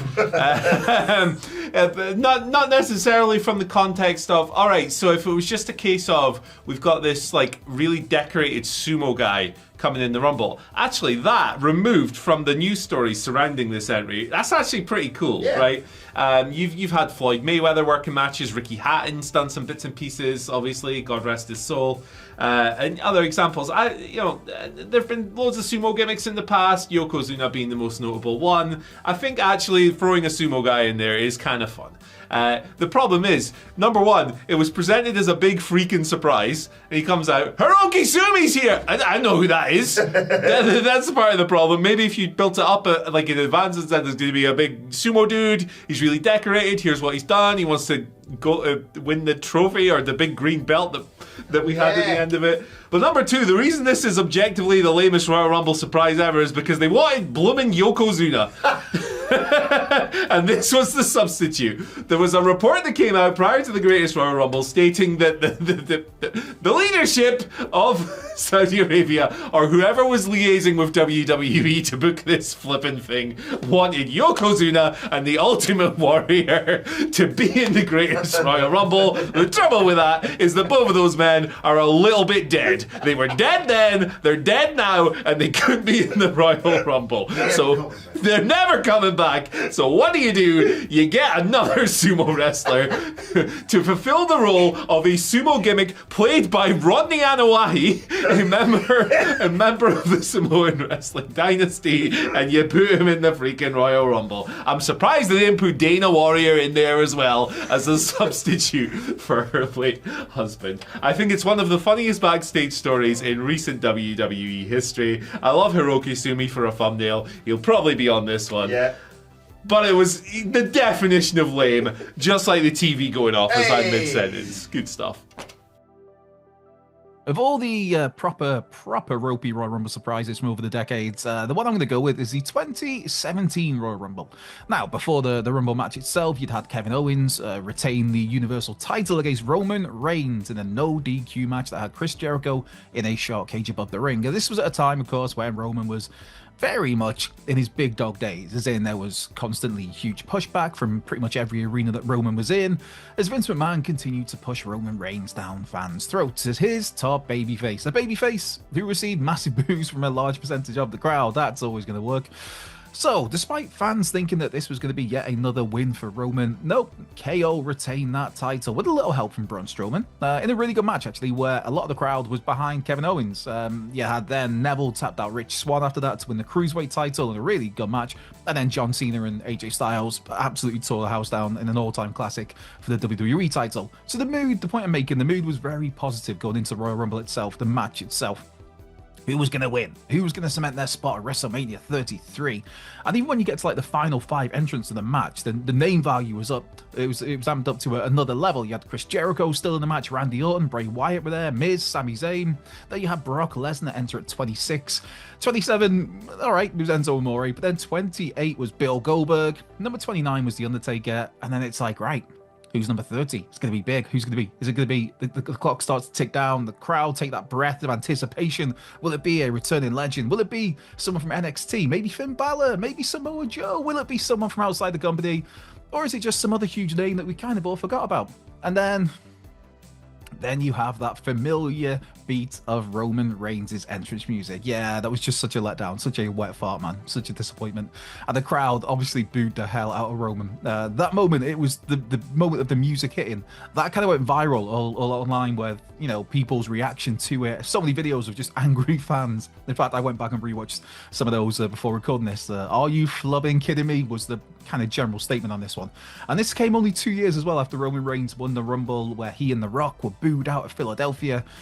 I mean, thankfully, Randy Orton got the win here in 2017, but Roman at number 30 was just, yeah, it was like this ultimate slap in the face, the ultimate dumb decision. But Vince McMahon's going to Vince McMahon. I consider my pro wrestling fandom something of a curse in that 5% of it makes me feel more alive than anything I've ever watched, listened to, or, you know, anything. The 5% of pro wrestling that I love, I adore, and it's the best thing of all time. 95% of it, I'm the wrong kind of person to engage with pro wrestling.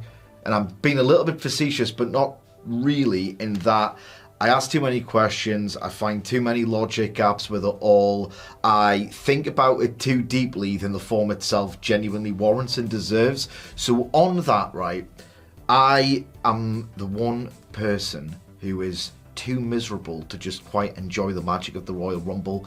I'm the only person who thinks the match itself is quite overrated, and it reached a sort of nadir in the 2000s and 2010s. Like, I think the Triple H Rumbles are a bit overlong and boring, but he's done one thing that I quite appreciate, and that is, and look, I told you, I caveated this, I'm the miserable guy here. Not a big fan of the old, you know, mystery entrance and surprise cameos. Once a year, it's fine, right? But in my head, because I think about it too much, why are you talking to invisible camera? Why is your entrance music playing when you're running into doing interference? You're making it look produced and da-da-da-da. The 2012 Royal Rumble was just like, piss off. Because I don't know if you recall it, and people will have way more like genuinely earned things that they've hated about the Rumble over the years. But in the 2012 Rumble match, they did this gimmick where the entire commentary team, and there was 3 of them, Jesus, it was Michael Cole, Booker T, and Jerry Lawler, and they did the gimmick of they all, what are the chances? I drew the ball from the tumbler and I'm in it and da-da-da. It was not good enough in and of itself, or funny enough as a bit in and of itself, to justify how contrived it all was. And then it gets an idiot like me thinking, well, hang on, how does it work?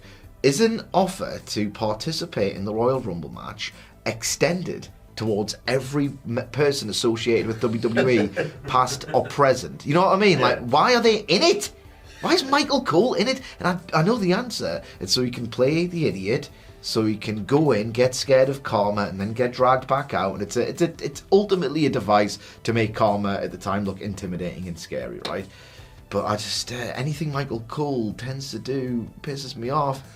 So the fact that, well, why is he in it? I don't know, I'm miserable. But that was just like, it was just not funny at all. They're just not funny. How are you allowed to be in it? What are the rules? Why is it so crap? So it is Royal Rumble time of year, my friends, my favourite time of the year. And actually, when you look at the Royal Rumble before WrestleMania 41 and how those two things could tie together, if we did rank them next year, it could be right up there. Let's hope. Given that we have had so many though, and like I say, we are but weeks away from it, or maybe it's the day on the day that you see this video, I am Simon Miller, me and the WhatCulture team have got together, and we have ranked every single one, so do not forget, this is a team effort, so maybe I don't even agree with some of the entries, so don't get mad at me. You can get mad at me, but leave a comment. YouTube loves engagement. Let's go. Number 45, the 1988 one. So this is the first televised Rumble, because actually the tester happened the year before this. And obviously, because it was the inaugural Rumble, well, the WWF was still trying to figure a few things out. And the main issue with this one is that there is no prize, there is nothing at stake. So essentially, a bunch of people have got in a ring, and they're trying to throw other wrestlers over the top rope for pride or something like that. I mean, just go do a jigsaw. I mean, it's not as catchy as main eventing a WrestleMania, but Jim Duggan did win this one, and don't roll your eyes at that either. Back in 1988, his star was on the rise. There is only 20 entrants too, and while it only lasts about 33 minutes, I tell you, it feels like it lasts 47 years, but that's because once again, the World Wrestling Federation hadn't really figured out, well, we should probably tell some stories in the middle of this thing. Otherwise, fans are just going to sit there and watch. Thankfully, we had figured out the Iron Man concept, and that went to Bret Hart, who lasted 25 minutes. But just go and lay your eyes on some of the audience. They look a little bit bored. Number 44, the 1995 one. Now, this one always comes up because, again, the problem is looking you right in the face. In 1995, the WWF didn't have any real stars. You know that they know this as well, because people are just coming out at like 1 minute intervals during this thing, because we are just trying to get through it. And look, if you are a nerd like me, or you're a geek like somebody else, there's a bunch of Japanese dudes in this one, so you'll watch it and be like, oh my gosh, I can't believe it. But again, man, we're only doing that for novelty reasons. The knock-on effect is the fans knew only 4 people could probably win. That was Shawn Michaels, Owen Hart, Lex Luger, and maybe the British Bulldog. So if you want to do the maths, that is 4 dudes out of 30.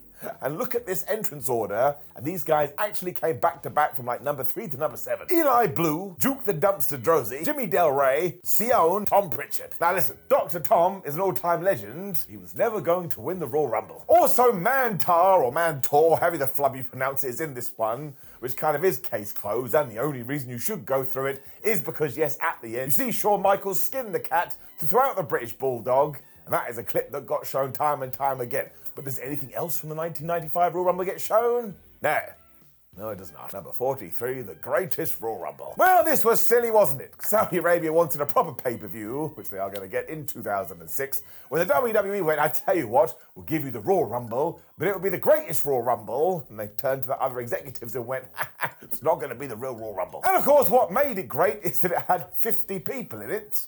I mean, that's the equivalent of giving Malibu Stacy a new hat. Braun Strowman got the green belt after he won, which we never saw again, so I presume it's fallen into the Phantom Zone. And the only real talking point from this was the Titus O'Neil fall, and yeah, sure, that was funny. When you take a step back, it could have actually been terrifying. Even Dan Mather is in this, and that's no disrespect for him, but that's how much we needed extra guys. He was down at NXT at the time, and he wasn't really doing much of anything, hence why here he lasts about 10 seconds. And no, I am not Dan Mather. At the time, everybody always used to send me these messages just because somebody is bald. Come on. What really sums this up is that nobody has ever talked about it since, unless it's stupid videos like this. Although you do get one hell of a chop battle between Daniel Bryan and Roderick Strong. So watch that clip And don't watch anything else. Number 42, the 1999 one. If you're into Vince McMahon versus Steve Austin, you should put this way higher. But actually, when you rewatch it now, they do start off things hot because obviously the program is so crazy, but then they fight to the back and they're not in it for the rest of the damn match. The WWE was clearly so focused on this fight, which I do understand, I think they must have forgotten to book the rest of the Rumble. Because yeah, you just sit around going, do you think the rattlesnake will be back anytime soon? And eventually gets there, but my word, it takes its time. There's also one stretch too that features Gilbert, Golga, Tiger Ali Singh, and the Blue Meanie. And the Blue Meanie is brilliant, so he gets a pass. But yeah, once again, we were kind of searching for stars. And even people like Kane, who were at the tippity top, eliminated themselves because they wanted to chase after some like doctors from an insane asylum. And if you're wondering, did Vince Russo book this? Yes, he did. I suppose the big takeaway is that even though it goes 56 minutes, only 6 minutes is dedicated to Austin versus McMahon. So sure, that stuff is really, really good. But as for the rest, shrug emoji. Number 41, the 2014 one. So the Rumble itself is actually fine, but it's the booking, man. It's all over the place. Because if you do remember, Batista was making his big comeback and he had smelled the tea leaves. He could see the lay of the land. He was like, guys, I think everybody just wants to cheer Daniel Bryan, so maybe I should be a heel. And Vince McMahon went, no, pal, you have to be a babyface. And yep, he won the Royal Rumble. It meant poor Dave got caught in the crosshairs and he got booed. And because he was wearing blue pants, everybody called him Bootista.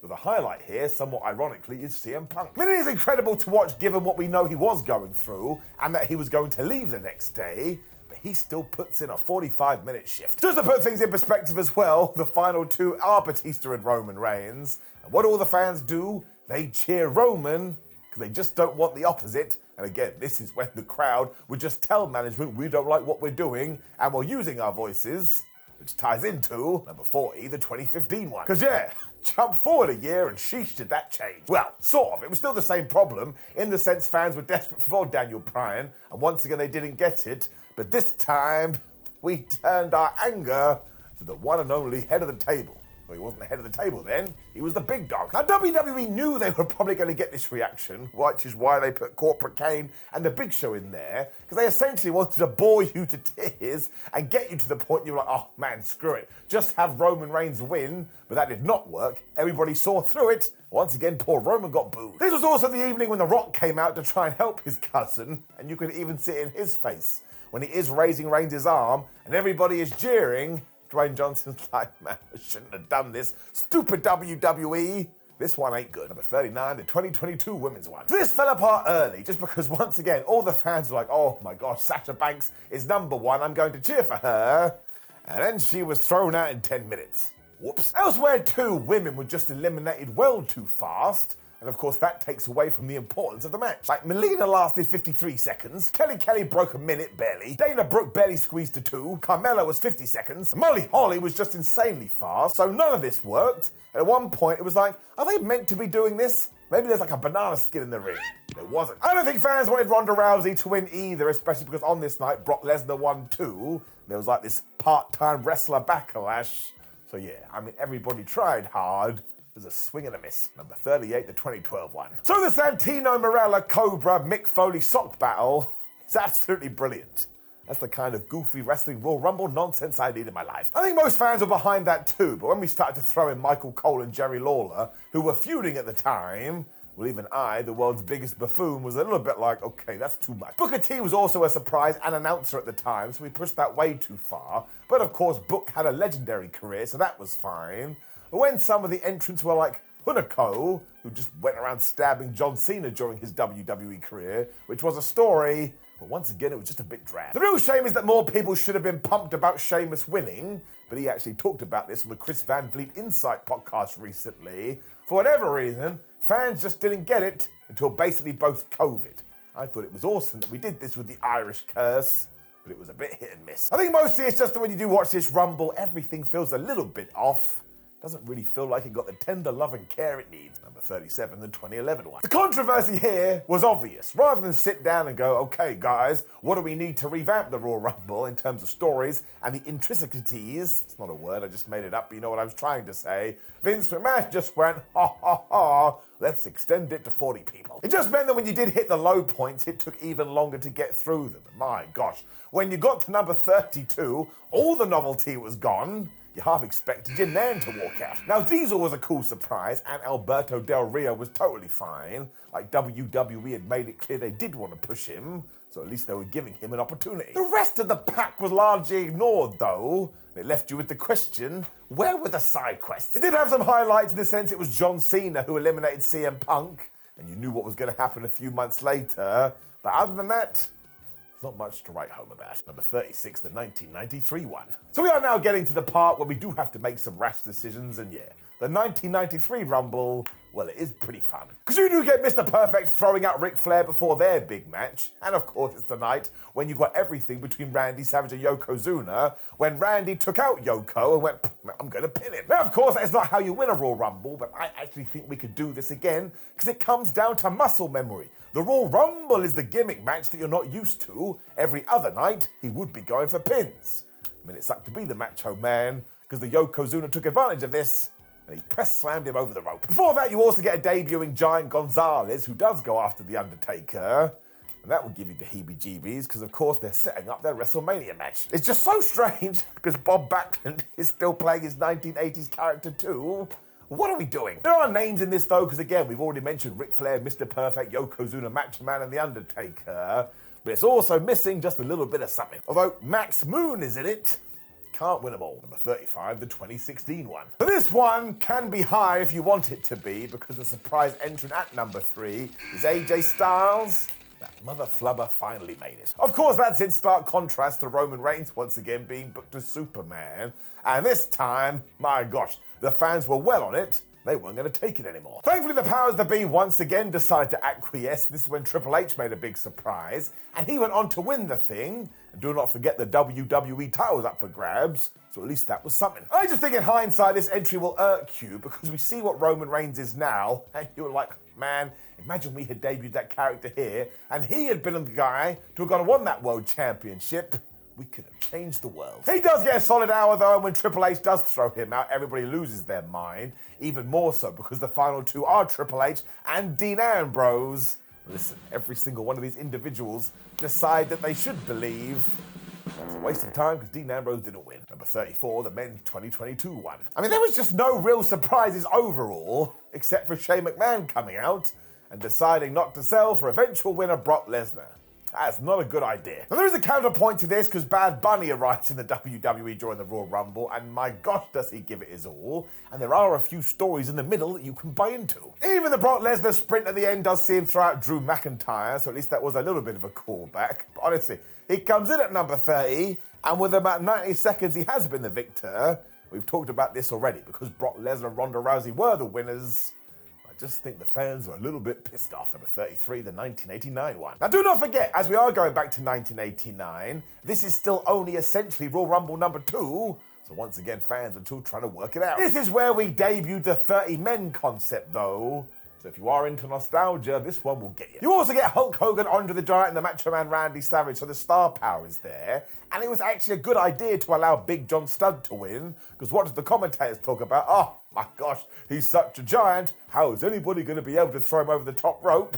I mean, we still make that quip today. Him throwing Ted DiBiase out at the end too was a huge surprise, because everybody thought Hulk Hogan was going to win, but nope. Akeem and the Big Boss Man screwed him over. There is more novelty here as well because 1 and 2 were Axe and Smash from Demolition. So what else did we debut here? The concept of every man for himself. So again, if you are into firsts, you should probably go check out the 1989 Rumble. Number 32, the 2020 women's one. The best part here is the inclusion of loads of NXT talent.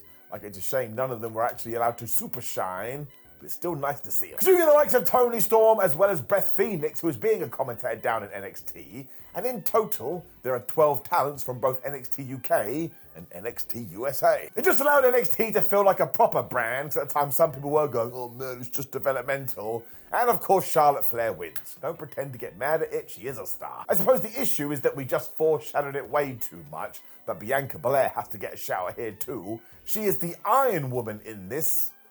Gosh, she's just so good. Number 31, the 1996 one. So the struggles of the 1995 one are still here in the sense we lack star power. So instead, the WWF just went, we need a solidified plan, and they picked Shawn Michaels, and my gosh, did they push it. Because he was going to win back-to-back Rumbles, which felt huge at the time, but also you had Diesel, you had Owen Hart, and you had Vader debuting in the damn Rumble. Now listen, the WWF would go on to ruin him, but when he did arrive, it was flipping Vader. People lost their minds. Once the Mastodon gets eliminated by Michaels too, he goes totally crazy. And yeah, that was meant to be something we were going to do. He was going to be a monster, and then, well, it all went bad. So this one really does get the nod ahead of other ones just because we did have a plan for the future, and we used the Royal Rumble to signify that. But at the same time, sure, it could be a lot better. Number 30, the 2009 one. So when you do get into the nitty-gritty of the 2009 Rumble, there is one center story, Triple H versus Legacy. I mean, how was the game going to be able to survive Randy Orton, Cody Rhodes, and Ted DiBiase? Well, here's a spoiler that's definitely not a spoiler. He didn't. It really is well done though, because Triple H goes 50 minutes here and he is just throwing out everybody, and it does end with these four as the final four, and at one point you're like, oh my gosh, he's actually going to do it, when Randy Orton went nope, and he threw Hunter out. You also get the likes of Vladimir Kozlov going on a run, and sure, now you go, Vladimir Kozlov, what are you talking about, Simon? But listen, if WWE does decide to push someone, and they have a crap showing in the Royal Rumble, well, I find that more offensive. There's also the record-setting elimination of Santino Marella, who lasts about half a second, and you get the return of RVD. Good stuff. It's just a shame that names such as Chris Jericho, The Big Show, and Rey Mysterio are barely used. They're just kind of hanging out in the corner. But once again, there is a structure. There's that word. When you have a structured Royal Rumble, you can always throw yourself into it. Number 29, the 1991 one. The second consecutive year, Hulkamania was going to run wild in the Royal Rumble. And listen, this was when Hulk Hogan was the most over man ever, but this Rumble does kind of get hindered to the fact he doesn't arrive till number 24. This was mostly down to star power again, because do not forget, earlier in the night, Sergeant Slaughter had defeated the Ultimate Warrior for the WWF title, but that meant they weren't in the Royal Rumble. Furthermore, the Iraqi sympathizer had just become the champ. Surprise, surprise, that sucked the energy out of the room. The Bushwhackers do arrive, and they, like Cyndi Lauper, have all the fun in the world, including licking people. But you also have entries like Saba Simba, and I'm going to say this a lot through this video, he was never going to main event WrestleMania. The Legion of Doom throwing out The Undertaker does get a massive reaction, and it just warms my heart that the Earthquake finished in the number 2 spot. Go and read any story about John Tenter. What a lovely man. Hilariously, Hulk still manages to throw out 7 people in record time in order to set up that WrestleMania clash with Sergeant Slaughter. And here's another spoiler. It was going to be an absolute bust. Number 28, the 2013 one. It is important to note that on this night, we also got CM Punk versus The Rock for the WWE title, and that was just so surreal. As always, it felt like we'd entered the Phantom Zone. It also made the Rumble super duper interesting, because everyone was like, well, John Cena is going to win it, but that means he's facing either The Rock or CM Punk at WrestleMania, so even though it was obvious, there was this caveat of intrigue, which is the name of my brand new EP. So even though that may have taken away some of the jeopardy, we had so many stars in this. I mean, look who entered at number 2, it's returning Chris Jericho. He went at it with Dolph Ziggler, and they both had Iron Man performances. This one is just filled with variety, including some very good comedy from Team Hell No. Godfather and NXT's Bo Dallas are good surprises too, and honestly, Sheamus and Ryback, they're doing big men slapping man meat all those years ago. So yes, sure, even though Cena does come through as expected, I actually think this one gets more right than it does wrong. Number 27, the 2001. So The Rock had to win this, and the main event of WrestleMania 2000 had to be The Rock versus Triple H. We got half right. Again, nostalgia comes into play, but so many spots in this we're going to be talking about for years, including Too Cool deciding, man, who wants to win the Royal Rumble, and they did their dance instead. You also get that horrendous Taka Michinoku faceplant elimination.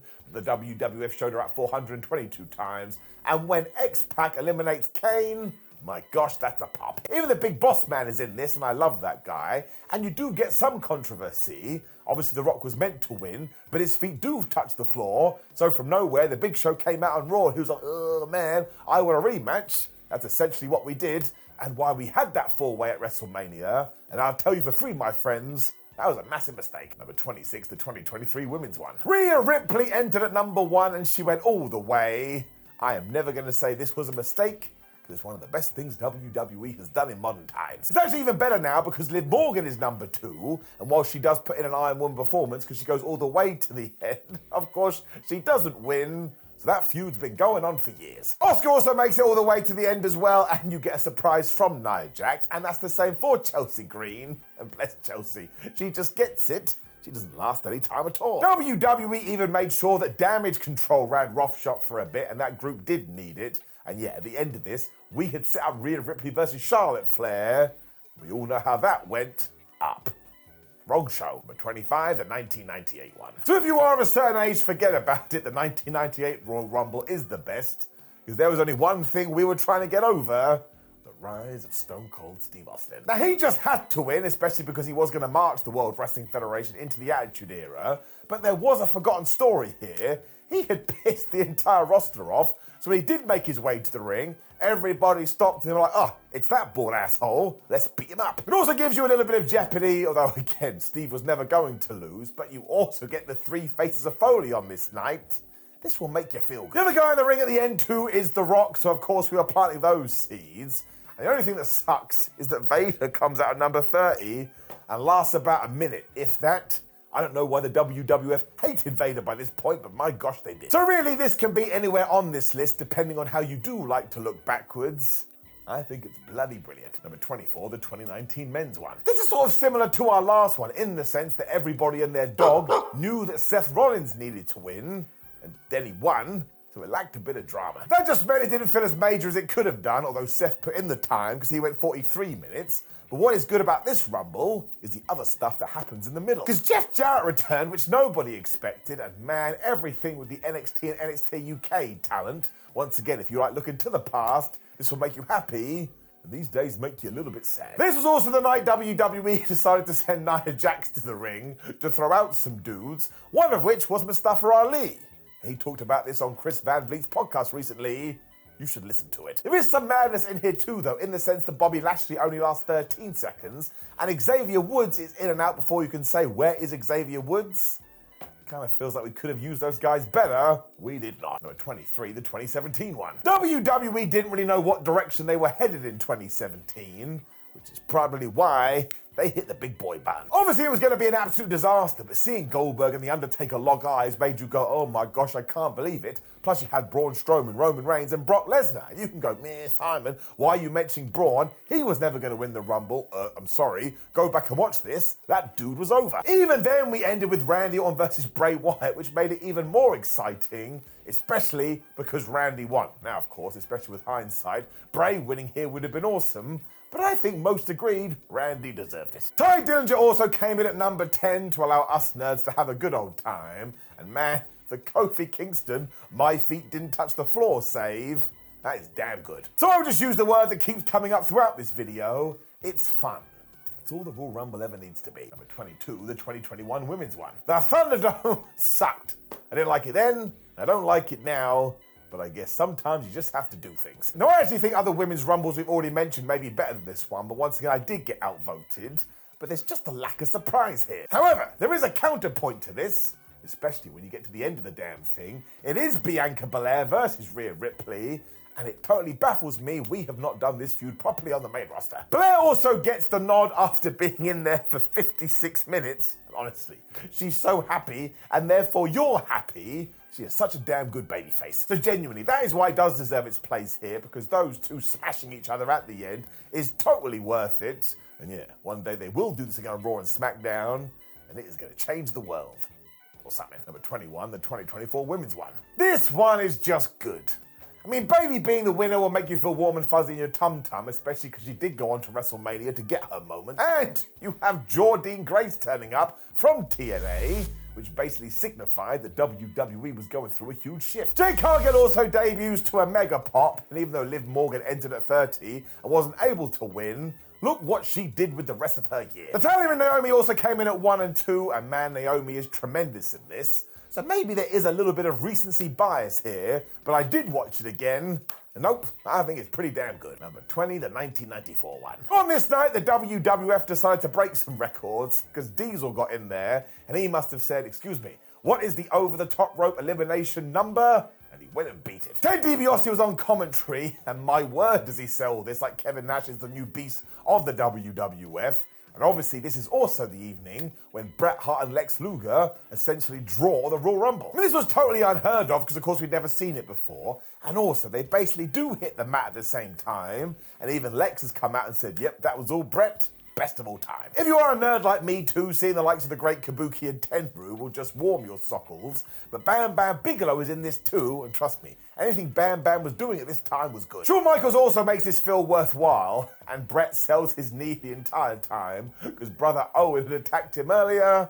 This is some really good old school stuff. Number 19, the men's 2021 one. Edge won the Royal Rumble after returning the previous year, so once again it just makes you feel warm and fuzzy in your tum-tum. And annoyed. It's in a stupid Thunderdome. It's why my heart sinks when Christian returns and gets mugged off by absolutely everybody, but you still get that moment Edge and Christian hug. Had water in my seeing devices. Carlito's surprise return is absolutely awesome because it almost gets a pop, which is basically impossible. And the Hurricane is in this. My word, do I love that guy. We kind of treat things a little bit differently too, because it wasn't just one dude that decided to go, nah, I'm going to throw everybody out, because it was Big E and Damian Priest that both got that nod, and they threw out 4 guys apiece. This was also the first night when Damian Priest had got the call up. You were like, yes, that's what we should be doing. I like this one. Number 18, the 2018 men's one. This one is all about the surprise, because not only did Shinsuke Nakamura win the Royal Rumble, but he threw out John Cena, and he threw out flubbing Roman Reigns. Sadly, WWE never followed up on this, but seeing the Philadelphia crowd so happy, well, it made up for what had happened 2 years earlier. Rey Mysterio also gets a massive reaction as he comes back to the WWE, and I suppose if you really wanted to find a disappointment, it would be the fact that Dolph Ziggler was 29 and Goldust was 30. Now again, they are 2 legends walking around right now, but there is just an atmosphere in the room that maybe it was going to be, I don't know, The Rock. The thing is though, all of that pop and all that love was being reserved because Shinsuke was going to get the nods. I remember watching this at the time, I couldn't believe it. And to pull that off in the Rumble, well, you deserve an award. Number 17, the 2003 one. Another moment where WWE made it clear, oh, you're looking for our new top star? Well, let us present him to you. His name is Brock Lesnar. Then Brock would also win the King of the Ring and be a 3-time world champion before he did check out a couple years later. But in terms of this Rumble, not only do you get that, but number 1 is Shawn Michaels, and number 2 is Christopher Jericho. Christian also pretends to be Y2J so they can get the jump on the Heartbreak Kid, which is an angle we should do again. And because they had essentially cheated, Shawn Michaels is gone in about 2 minutes, and everybody in that room was stunned. It also led into their Mania match, and you get Edge and Christian beating each other up, as well as Matt and Jeff Hardy. You also get some major noise because Brock and Batista go at it with man meat, and don't forget, those 2 never had a proper singles match. So if you do want to get that magic, well, you better watch this Rumble. Number 16, the 2005 one. So we mostly talk about this in 2025, because Vince McMahon ended it by tearing both his quads. I mean, what else would we chat about? It is still amazing though, because of course John Cena and Batista both fell on the floor at the same time, but this wasn't like Bret and Lex. That wasn't meant to happen. Batista was meant to get the win, and this was just the perfect accident. Now, thankfully, we restarted this, and Batista threw out John so he could go to WrestleMania 21 and beat Triple H to win the championship. Even that era, though, makes it so damn better. And of course, Shawn Michaels and Kurt Angle go at it during this thing, and they too were going to fight at Mania. Angle's reaction when he does get eliminated too is perfect, and yes, this is the night when Paul London decided, I'm going to do a flip when I'm thrown to the floor. And you want to know something stupid? He got in trouble for that. Wrestling is dumb. It is also uncomfortable because early on, Hardcore Holly, Eddie Guerrero, and Chris Benoit beat the flub out of Dan Puder over the Tough Enough incidents. But I would just wind forward past that if I were you, or you can watch it for historical context. But that's when sports entertainment goes bad. Number 15, the 2008 one. So there is actually lots to like during this, but the icing on the cake is John Cena, who returns at number 30. And I promise you, my friends, if you went around for this, nobody thought that was going to happen. I mean, Cena had torn his pec off the bone in October and been told this is at least going to take 6 months to fix. And then he was back in 3, because I don't think John Cena is human. You also get the wonderful response from the New York crowd who are like, oh my gosh, it's John Cena, when a few seconds later they remember, oh no, wait, we don't like you, and they instantly start to boo. That's wrestling. Triple H also sells it like he's seen a ghost, and you also get this very nice moment where Jimmy Snuka and Roddy Piper are having a fight, and CM Punk is just in the corner watching on with glee. The Undertaker and Shawn Michaels are 1 and 2 as well, which is never bad, and the Final Four is terrific here, and the fact that it is Cena that throws out Triple H to win, chef's kiss. Number 14, the 2006 one. It's really interesting to read about the 2006 Royal Rumble, because apparently the decision of the winner was not made till the last minute. Because the passing of Eddie Guerrero meant there was a sentimental idea to allow Rey Mysterio to win, but the original plan on paper was Triple H. It was Pat Patterson that finally convinced the powers that be to go with Rey. Triple H main evented WrestleMania anyway. There you go. You do have to give a shout out to the game though, because he is great throughout this Rumble, as is Randy Orton. And you also see Shane McMahon eliminate Shawn Michaels, which is shocking. But HBK was feuding with Vince. So why wouldn't you do that? It would always be Mysterio's night though, because he goes 1 hour, 2 minutes to stand tall. And listen, a lot of what the WWE did after Eddie did die was a little bit on the bad side of life. But this moment, well, it's pretty damn beautiful. Number 13, the 2019 women's one. For a long while, there was a feeling in the air that the WWE was not going to go with Becky Lynch. That would have been a bad idea. Now this was heightened even more because we were going to have a show-long story, because in the first match, Becky had dropped her SmackDown Women's title to Asuka, but it was like, wait a minute, she's the biggest star in the company, so she better leave with her head held high. This is when we went full-on story mode, because of course Lana wasn't able to make it to the ring at number 28, when Nia Jax decided to finish her off completely, when Lynch turns up and says, hello Fit Finlay, can I take Lana's spot? And if you're saying, Simon, why did she ask Fit Finlay? I do not know. It is just a wonderful babyface tell though, because she then went on to get Lana's revenge, or something like that. And then she would go on to WrestleMania after this. So it all ties together. Number 12, the 1991. Now, of course, Hulk Hogan was going to win this and do his pose. It was 1990. It is one of those rumbles where you can look way further than the winner though, right down to Ted DiBiase coming out at number 1. Because not only does he go 45 minutes, but he is the ultimate cowardly heel. And again, it's 1990. We'd never really seen that before in a rumble. The midsection really builds the tag team division too, because Demolition are clashing with the Colossal Connection, and they're also getting into it with Andre the Giant, and this felt like a right novelty, because these sort of guys never interacted. We also teased perfectly that Mr. Perfect could win, so once again we had some drama. And also, this was the night when Hulk Hogan, the Ultimate Warrior, stared off for the first time. And unless you did see this live, well, you're probably never going to get the importance. Number 11, the 2002 one. Triple H was the story here, because do not forget, he had returned in January to a massive reaction after his quad injury, and it would have been dumb to have given it to anybody else. Admittedly, the first part is a little bit dry, but as soon as The Undertaker arrives at number 10 and starts killing people, it really picks up, even more so, because eventually Maven sneaks behind him and he drops the dead man over the top rope. And think how many times you have seen that clip. Exactly. Goldust and Mr. Perfect are great surprises too, and look at the final four. Steve Austin, Triple H, Kurt, and Mr. Perfect. And of course, Kurt Hennig isn't with us anymore, so to see him get his last WWE bit of love, well, he is one of my favorite wrestlers, and I think it's great. Number 10, the 1997 one. Or the first Royal Rumble I do believe I saw as a child, and I couldn't believe it. Now, this really was a massive step for Steve Austin, because of course, he got thrown out by Bret Hart. The referees were so incompetent, they didn't see it. So Austin just gets back in the ring, and he throws Bret Hart to win the whole thing. And listen, while it would still be hard to do, somebody should replicate that today. Even though this was a heel maneuver as well, everybody just loved the rattlesnake. And of course, it allowed the Hitman to come out on TV and go, people keep screwing me. And what was going to happen in a couple of months? Steve Austin would be the good guy, and Bret Hart would be the heel. The WWF knew what they had as well, because Austin does enter at number 5, and he eliminates 10 people. This is when he did that thing with his watch, when Bret the Hitman Hart's music does hit. And bless this Austin man, he too sells it like he's seen a ghost. So not only was it building up their feud, but it was basically telling the audience, yes, we hear you, and Steve Austin is the chosen one. It is so well put together. Number 9, the 2023 men's one. Dominic Mysterio beat up Daddy Ray and came to the ring wearing his mask.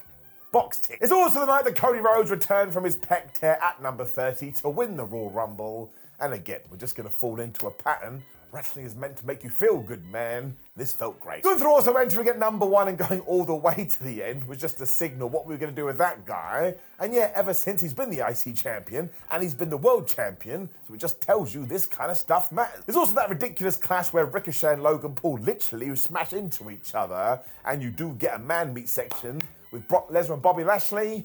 It's no bad thing. It really is the night that Cody made it very clear that he was about to go to the tippity top. So if you are going to retrace his steps, you've got to go through this. Number 8, the 2018 women's one. The first ever women's Royal Rumble is arguably the greatest, because maybe everybody knew we got to come out firing. Now, it really helped the fact that Asuka won, because that felt so damn satisfying. And do not forget, after this, Ronda Rousey debuted. Now, you can say whatever you want about Ronda, but back then it was a massive deal. Sasha Banks also enters at number 1 and finally gets some time, whereas Becky Lynch and Natalya, just acting as the glue, they hold it all together. Michelle McCool is one of the surprises, and she did get the elimination record at 5, but actually in hindsight this is okay, because records are meant to be broken, and within 2 years, it'd have been totally smashed. Number 7, the 2007 one. So the last 10 minutes of this are essentially why we did get those back-to-back Mania matches with Shawn Michaels and The Undertaker, because they are the final 2. And listen, they basically put on a WrestleMania match. It's so good to watch today because it reminds you of their chemistry. And let's not pretend this was anything new. These guys have been doing it basically since 1997. The Rumble at this point too also needed something different, and good grief, the WWE deliver that. HBK enters at number 23 as well, and he eliminates 5 people. And The Undertaker coming in at number 30 was also something to talk about. At that time, nobody had ever won from that position, and the Phenom did it. It really did make HBK miss the Rumble in many ways. Although, make sure you watch Kane eliminate Sabu. My gosh, I think he actually kills him. Number 6, the 2004 one. So I do find it hard to talk about this today, and of course you don't have to be in the same boat as me. Every time I do say that, somebody in the comments goes, oh, what are you telling me what to do? I'm not. Obviously this was the night when the Royal Rumble was built around Chris Benoit. No, I just can't watch it anymore, but it is the perfect way to build someone and tell the fans you better keep an eye on this guy. Because of course Benoit not only enters at number 1, he not only wins, then he goes to WrestleMania and becomes the world champion. There is more here though, because you get an awesome moment between Mick Foley and Randy Orton as Mick loses his mind, and you get the first collision between Brock Lesnar and Goldberg. Now of course, come Mania that was going to go bad, but we didn't know that on this evening. It was very exciting to see them together. So once again, it is all about what you do see at the end. But we've talked about it, so let's just move on. Number 5, the 2001. So this was the proper big return of Steve Austin, because he had basically been off TV for 10 months due to his neck injuries, all within the realms of the story, because somebody had run him over at the Survivor Series. It's also just so damn good because Stone Cold was feuding with Triple H during all of this, and not only would they have their 3 stages of hell like a month later, but also throughout this pay-per-view, they can't stop punching each other in the face. That is why the game makes sure he jumps Steve as he is entering the ring, but it's also because earlier in the night, Austin had cost Triple H his world title. Whoops. It also tied into the fact that the Rattlesnake had told us, he looked into the camera, I will do whatever it takes to win that world title back. Yeah, it wasn't lying. It also means we do add some jeopardy in here, because you're meant to go, oh no, Steve Austin isn't going to win, although he does, and he throws out Kane to become the victor, and he had just broken the elimination record. He threw out 11 people. For extra oomph, you also get The Rock and Austin locking eyes during this, and Haku makes his return, even though we all thought he was still signed to WCW. That's a lot of fun. Number 4, the 2024 men's one. So is this yet more recency bias? Probably. When I do go back and watch it, and I see CM Punk come to the ring, I'm like, man, I tell ya, hell really did freeze over. He instantly became a favourite to win it as well, along with the likes of Cody Rhodes, Drew McIntyre, and Gunther. And yeah, listen to the names just came out of my mouth. They feel like massive stars on this show, and it makes it pretty damn watchable. Punk, Cody, and Gunther are also the final 3, so you could trick yourself that, oh my gosh, I don't know who is going to win. And let's not also forget that before this, although we didn't know, Drew McIntyre injured CM Punk. And that was going to go on to be the feud of 2024. A huge reason I want to throw this in here too is because Punk and Cody are the final 2, and just seeing them have a fight to see who's going to win the Royal Rumble was totally surreal. I am breaking the rules a little bit too, because I do hold this in such high esteem because of everything that happened afterwards. I mean, it was so manic, the WWE made a YouTube documentary about it, but it does start on this evening. I do have a bit of a soft spot for it. Number 3, the 2020 men's one. So we just talked about Drew McIntyre. this was his night. Now, it would eventually kill you given what does happen at WrestleMania 36, but if you just want to focus on this Rumble, here comes the word fun. Because the first half of this is essentially the Brock Lesnar show, because even though he was the WWE champion, he had entered himself into the Rumble, because he was like, man, my competition sucks, and I'm going to prove it right now. That was a very new and unique story. He was right too, because he is able to throw out 13 people before the team of Drew and Ricochet do come together to eliminate Brock, and honestly, the way Lesnar sells this, it feels like the biggest thing that's ever happened in the world. We were all in as well because, of course, Drew McIntyre would go on to win the championship. It's not his fault. We had to do it in a warehouse. And do you know what else happens during this Rumble? The return of Edge. Hopefully there's a picture on the screen now. Look at that man's face. That's emotion. And that's wrestling. I secretly like it too, because it is then Roman Reigns who throws him out. That's really number 2, the 2010 one. So we are back to a great story again, because after Shawn Michaels had lost to The Undertaker at WrestleMania, and Taker said, nope, you don't get another chance, Shawn was like, fine, you are the champion, so I'll just go and have to win the Rumble. Now it's even better because he is not successful at this, but before that, my gosh, the Heartbreak Kid was throwing everybody out of there, including Triple H, and that was meant to be his best friend. But he didn't care, you're in the way. It all looked fine too, because Shawn does get to the Final Four, where Batista, well, he doesn't really throw him out, he knocks him out, and the reason we did that is so that Michaels could try and grasp the rope, and when he doesn't and he hits the floor, listen to the fans, they audibly gasp, job done. Edge also gets the win after dumping John Cena, which did feel like a surprise. And again, this was yonks ago now, so when we get to a future Royal Rumble, I would try and recreate this angle. So the whole thing just feels fresh, and honestly, it zooms by because there are so many stories. It's a classic. Number 1, the 1992 one. Often cited as the best Royal Rumble ever, thought about it and I still think it stands today. Now it is hard to watch because nearly every competitor in this has either passed away or is a terrible human being. But listen, the WWF World title is on the line and nobody thought that was going to be the case in 1992. Talk about a sense of jeopardy. I said it again. It is also just filled with top stars. So when Ric Flair, Mr. WCW, walks away with that prize, well, you really have to transport yourself back to the early 90s. Nobody thought this was possible, and yet we're living it right now. That's even more impressive because you also have Hulk Hogan, Randy Savage, Roddy Piper, and The Undertaker, but we still went with the Nature Boy. And when Hulk got eliminated, once again, people couldn't believe it. Now that gets even more out of control because it was Sid Justice that does this. And when Hulk and Sid are arguing, Hogan, who is on the outside, pulls Sid over the top rope. Everybody feels the same way these days.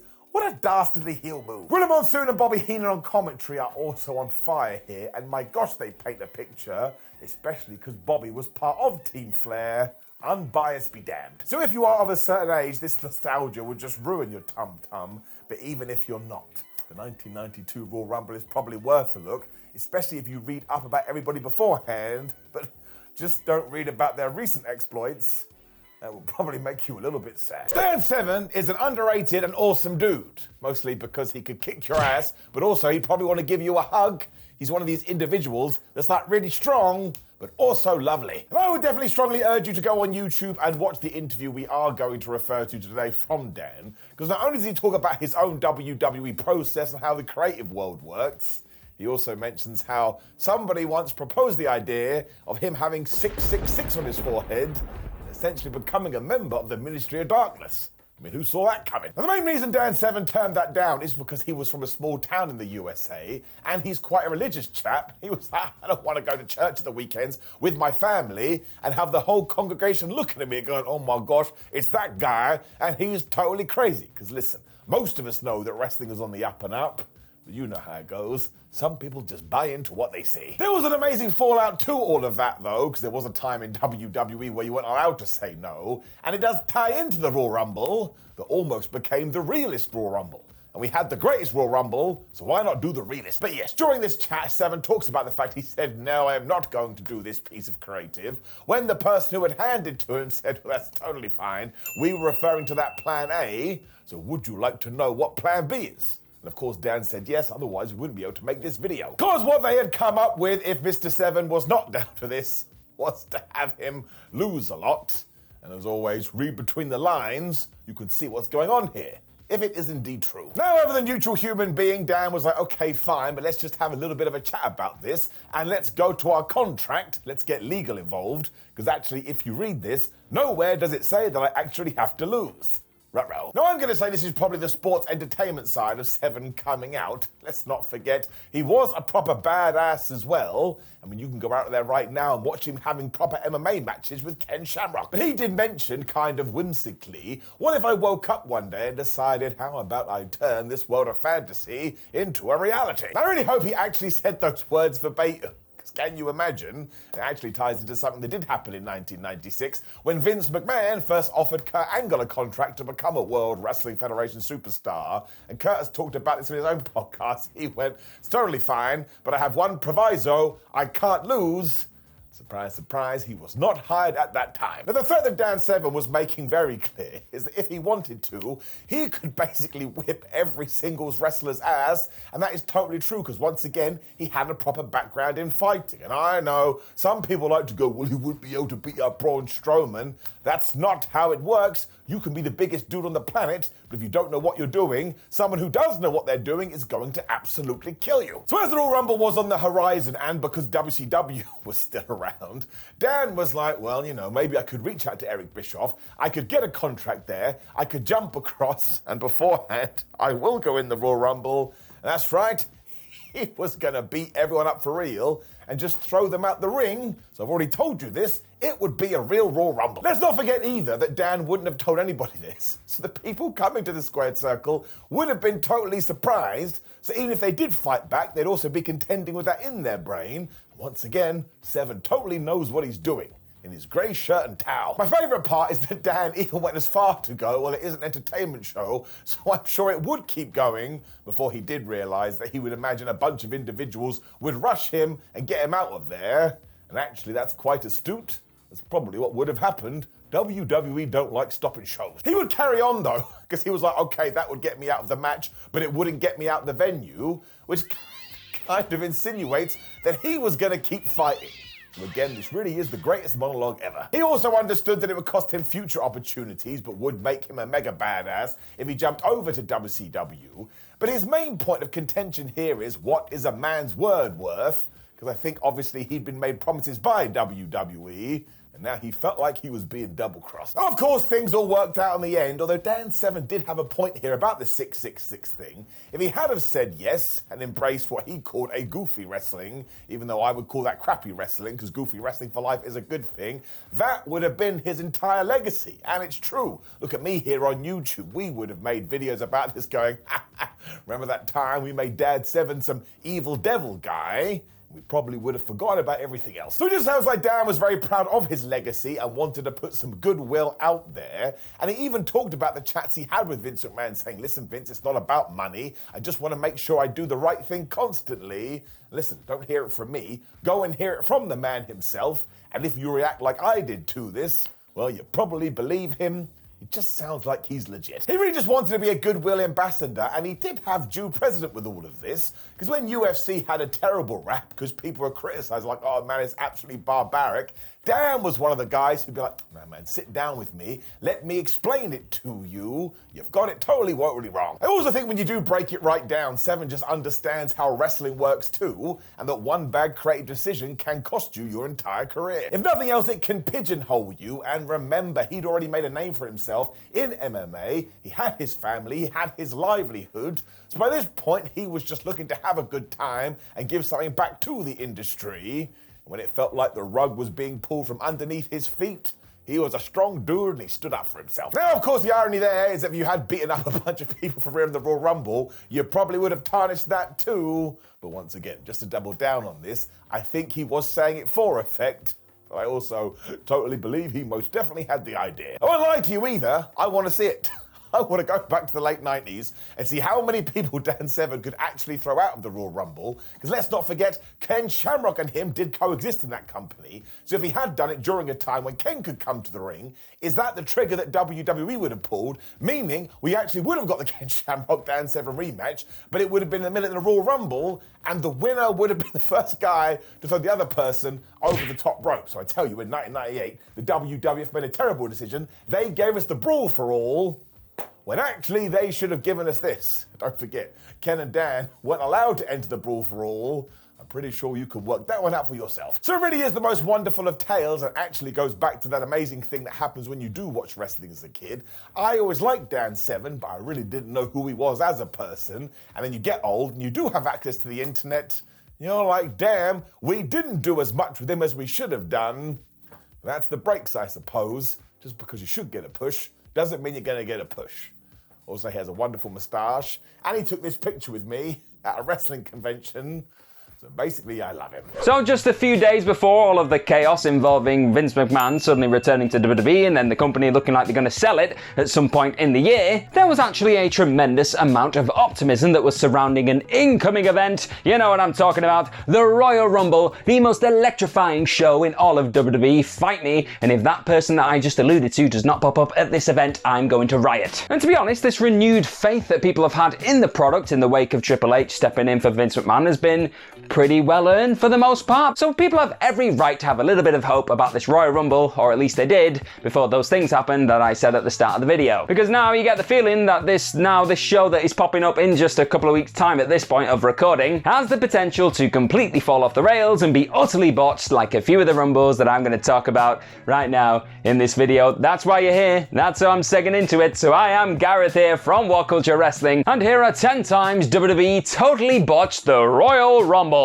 Number 10, 2022. Where to even start with this one? Oh, I know where. Shane McMahon. Because Shane O'Mac thought it'd be an absolutely stellar idea to pop up in this Royal Rumble, outshoot fight Matt Riddle of all people, and then struggle to get thrown over the top rope by Brock Lesnar. And that was just the tip of the iceberg when it comes to the all-around chaos that went down in this match. Because even though AJ Styles, for example, got the most eliminations of anybody in this Rumble, he just got thrown out unceremoniously, and you probably didn't even know that he got the most eliminations because it just got brushed to one side very, very quickly. But I'll be completely honest, most of the disinterest when it comes to this Rumble in general was down to the fact that nobody understood who was coming next, because all these theme tunes sound the same. I literally cover this for a living, and I was sat there watching this Rumble, and I did not know who was coming out next, because all I heard was generic theme for Superstar, and I was like, is that person? That's who that is? Yeah! And look, there are sometimes matches that can be best described as having the lot, capital T, capital L, and this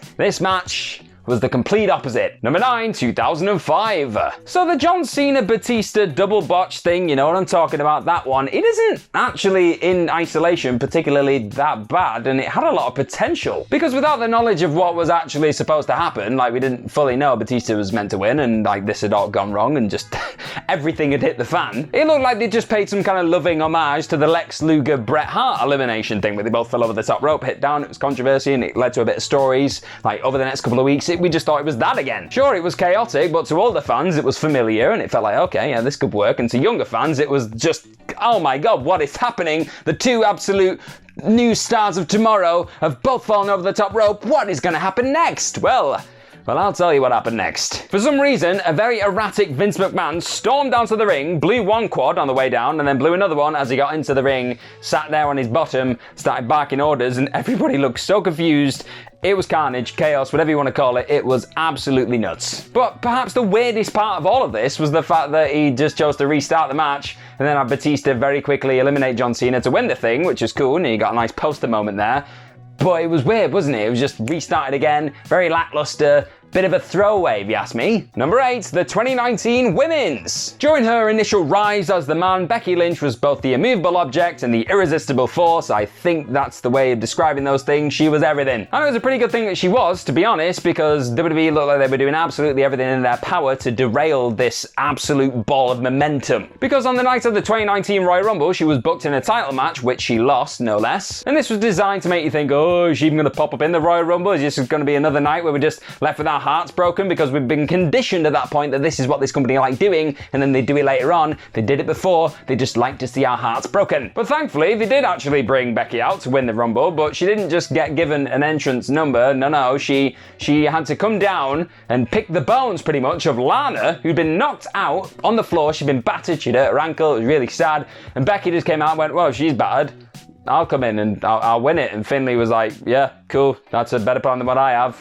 Why not? Let's do it. And it was just weird. It was just stunted. It felt a bit clumsy. It was a bit frustrating because this character who'd been so badass and just said, I'll defeat all the odds, just as she walked in and took advantage of something. She felt very opportunistic. She felt very edge-like, heel edge-like. We don't like that. It didn't work for me. It was a bit strange. But at least we got to the end result of her lifting both the belts, and there was no botches on that night either.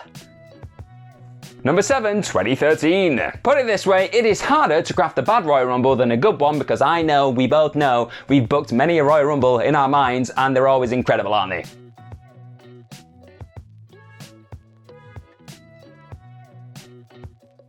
They got to the point where they couldn't even apply any reasonable thought to the company's probably most prestigious match that they have, the most sacred match, the match that you really can't lose on if you just give it a tiny little bit of thought. Outside of their big play, and this was John Cena winning the Rumble to somehow make up for a bad year that he'd had after losing to The Rock, even though that year still saw him beat Brock Lesnar of all people. The rest of the company though was just on pause, and it was pretty much entirely reliant on CM Punk having one of the best WWE Championship reigns of modern times, even though he was battered, broken down, and on the edge of saying, F you, I'm getting out of here. And the titular match itself was a reflection of the malaise and the drabness beyond belief. The only shining light in an otherwise deeply forgettable and rather depressing Royal Rumble was Chris Jericho coming back, popping the world, being a surprising Iron Man as well, and then not really having a storyline coming out of that centered around the Royal Rumble match itself. So even that had its own weirdness to it. Number 6, 1999. Whatever you do, don't believe the hype when it comes to the whole Stone Cold Steve Austin, Vince McMahon rivalry thing carrying absolutely every single pay-per-view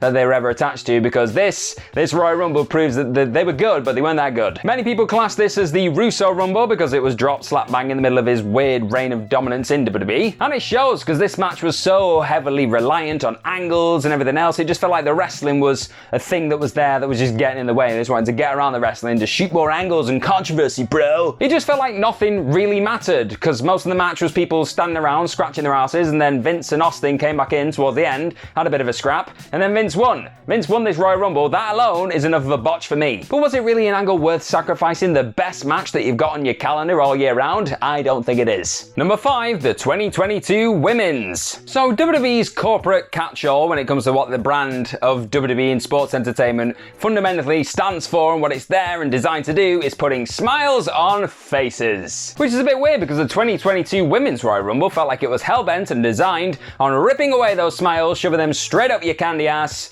and then making you crap them back out, eat them, and then poop them out again, and just keep the cycle going for as long as the match itself lasts for. It was just cruel across the board, and it was the accuracy of the cruelty at people that people like. Do you know what I mean? It was people like Molly Holly, Melina, Sasha Banks, all these people that got lovely responses just got embarrassed at various points in this match, and it felt just horrible. It's like a nasty person put it together, go figure. Like I said, Melina got dumped out just a few seconds into her appearance, or return, whatever you want to call it. Sasha Banks, who was like one of the main baby faces of the evening, she got dumped out unceremoniously. Then you have mighty Molly Holly. She came down to the ring, got a lovely reception, then got battered by Nikki ASH and dumped straight out in like 20 seconds flat. But all that negativity, all that heel shenanigans, I don't know who it was for, don't know what it was designed to do, didn't make anybody feel like more of a babyface out the other side, it didn't help build anyone, it just felt horrible and nasty people doing nasty things. I didn't like it. Number 4, 2016. So the 2016 Royal Rumble match was centered all around Mr. Roman Reigns, the head of the table now, defending his WWE Championship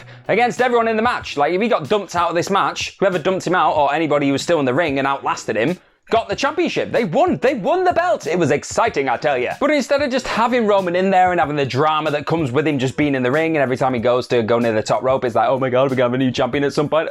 They had him dragged down under the bottom rope, not even halfway through the match, and they disappeared for most of it, only to pop up at the end and then finally get dumped over. But we lost all this tension. All this drama was just sucked out of the match. It felt stupid. But WWE were desperately chasing a bit of sympathy for the Roman Reigns character, so they had a grand idea. They thought, right, let's get the most villainous, despicable person that we know on the roster to win this thing. Let's get Check's notes.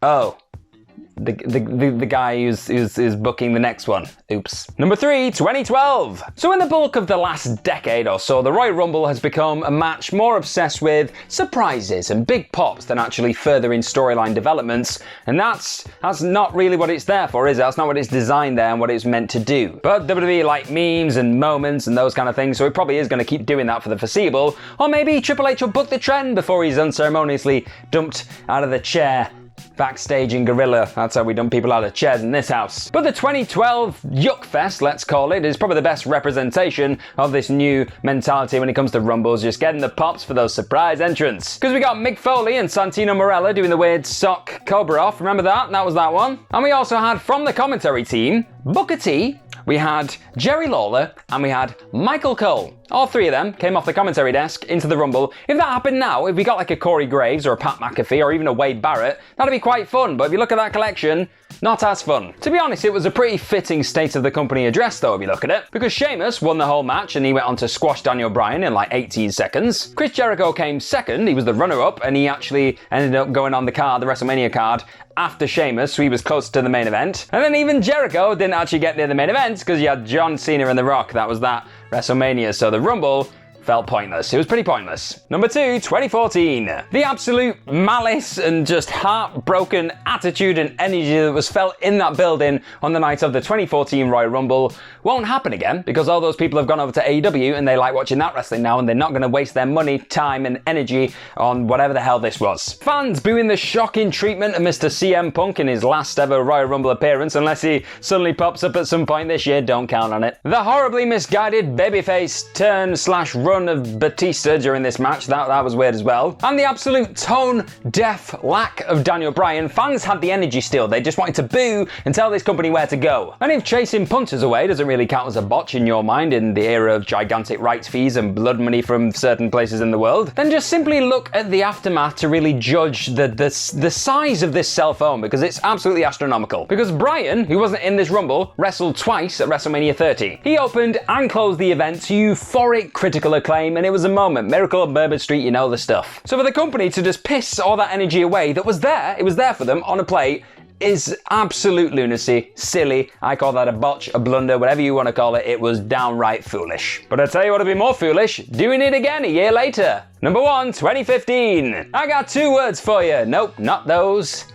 Rock bottom. No, not the type that the Great One didn't even hit when he popped up to help Roman Reigns fend off Kane and Big Show in 2015. No, this was just rock bottom, full stop really, wasn't it? For Reigns' profoundly rejected face run, and for the likes of Bray Wyatt and Dolph Ziggler and all those other faces that he dared to get behind before they were dumped out of the match and made to look like idiots. For Daniel Bryan fans understandably assuming that he was going to come back, be in this Royal Rumble and win the whole damn thing before, you know, he got thrown out, because of course he did. And for WWE as a place where fans were still passionate enough to get lost in the moment and tell them how they feel and scream and boo and cheer and all those things, this pretty much felt like the night where a lot of that changed, didn't it? Bryan had made it the promised land after a truly calamitous Rumble the year earlier. But WWE was so stubborn in how they just forged ahead the next year that fans give up. They'd had enough. They'd seen it once, they'd gone through it again, and they were like, why am I bothering? Why am I even trying it? Alright, even though we're about to talk about the worst entrance in Royal Rumble history, let's be honest. Who wouldn't want to be in the Royal Rumble? If somehow we get to 2035 and I am put in oh my gosh, Simon Miller, he was terrible in the Royal Rumble, I am going to be doing a jig. It means I was in the flipping Royal Rumble. Still, sometimes people do enter the 30-person over-the-top elimination match, and it doesn't go very well for them at all. Hello, my name is Simon from WhatCulture. Royal Rumble 2023 is just around the corner. Hit that subscribe button. This is the 10 worst competitors in Royal Rumble history. Number 10, Hornswoggle. Now, I do kind of feel sorry for Hornswoggle because he never rocked up to WWE and said, hello, can I please be the punchline for every single storyline you can't be bothered to end properly? And yet this basically became his role. Eventually, he did end up in the 2008 Royal Rumble, and if you look in the record books, it said he lasted a pretty decent 26 minutes. However, he was never actually eliminated from this thing, because when he got too freaked out, he went back underneath the squared circle, which apparently was his house, and nobody thought best to go and get him. That means he was never eliminated, and therefore John Cena shouldn't have been crowned the victor, although he was able to throw The Miz out during this one, which was always going to happen. And then a couple of years later, not only was he helping Cena throw some people out of that one, Sheamus booted him in the face, and finally Hornswoggle was done. While this one wasn't super bad, I just can't get over the fact that technically, in 2008, Swogs was never eliminated from the Rumble, and we don't make a bigger deal about this today. Number 9, Carlos Colon. Now, Carlos Colon is a wrestling legend. If you just go and do your research on the internet, you will see everything that he did do for Puerto Rico grappling. The problem being, when you get to like Western style fighting, well, unless you're like a historian, you probably don't know this. That just meant when he popped up in the 1993 Royal Rumble, a lot of the fans looked around and they were like, well, who the flub is that guy? Now, he was drafted in because the roster in the early 90s was quite depleted, so we needed as many notable bodies as possible. But there were two problems. One, I think it's fair to say that Carlos was past his prime at this point, but also two, when he was told you're only getting 7 minutes and you're not winning, I don't think he really cared anymore. The best part is Gorilla Monsoon actually calls him young man on commentary, and he's like, Gorilla, there is no way that's a young man, and he basically takes his cash. There ain't really anything else to talk about. Colon was able to eliminate Damien Demento before Yokozuna squashed him and sent him flying. I can't imagine anyone is ever going to talk about this again. Number 8, the Macho Man Randy Savage. So this is a similar tale when it comes to the Macho Man because he was a legend, with the big difference being when it came to the United States of America and basically across the world, everybody knew who Savage was. He was an absolute hero. The 1991 Rumble was a strange night for him though, because not only did he cost the Ultimate Warrior his WWF World Championship against Sergeant Slaughter, but when he was meant to be in the Rumble match itself at number 18, he just didn't show up. And you have to presume he did this because he didn't want to suffer any repercussions given that he had just screwed over a title match. But 2 years later, Randy went out of his mind. Because he did make it to the final 2 against Yokozuna. And when he saw Zunes on the floor, he thought, I know, I will drop my patented elbow drop, that will finish him off, and I'll be able to win. And he did half of this plan, and yet when he had executed such a move, he tried to pin Yoko, which isn't part of the rules. Yokozuna instantly realized what he had done, and he was so damn strong, he press slammed Randy Savage over the top rope, he hit the floor. It was just like, oh dear, what have you just done? But that's mostly the reason Macho Man does get onto this list, because he looked like a right idiot. But to be honest, nobody else could have gotten away with it. He was wonderfully nuts. Number 7, Gilbert. Now, if you ask a lot of fans today, they will tell you that the 1999 Rumble sucked. Now, there is arguably something to this, but the counterpoint is that the whole thing was built around the Stone Cold Steve Austin Vince McMahon feud. And this is why it kind of hit a wall early on, because when we put that over here for a little bit and we focused on other wrestlers, well, nobody wanted to see it. They wanted the rattlesnake back. So this meant while we were taking a break from it, which was part of the narrative, we had wrestlers like the Blue Meanie and Steve Blackman and Tiger Ali Singh. And while those guys were perfectly fine, they weren't Stone Cold and McMahon. So the fans were just like, what the flub is going on? Another character added into this list was, of course, Gilbert. And while actually at times this was all right, it was this Royal Rumble where we kind of went, well, it jumped the shark. Because the whole point was he was meant to be a comedy character, so why the hell were we putting him in a Rumble? Couldn't we find somebody else to take this spot? I mean, it didn't matter much anyway. He lasted 6 seconds before Edge got rid of him, meaning this was basically a waste of life. Number 6, Mil Marascus. So this is just the best story ever, and actually Mil should be in lists for the best Rumble competitors ever, because I still can't believe that he did this. It's happening in 1997. This was quite a big deal because Mascaras had never been on American pay-per-view before, so here he was in the damn Royal Rumble. The problem was, Mil saw himself as quite the star, which he most definitely was, so when he was told that he wasn't going to win, he was like, alright, well, I'm not going to be victorious, nobody gets to throw me out of the thing.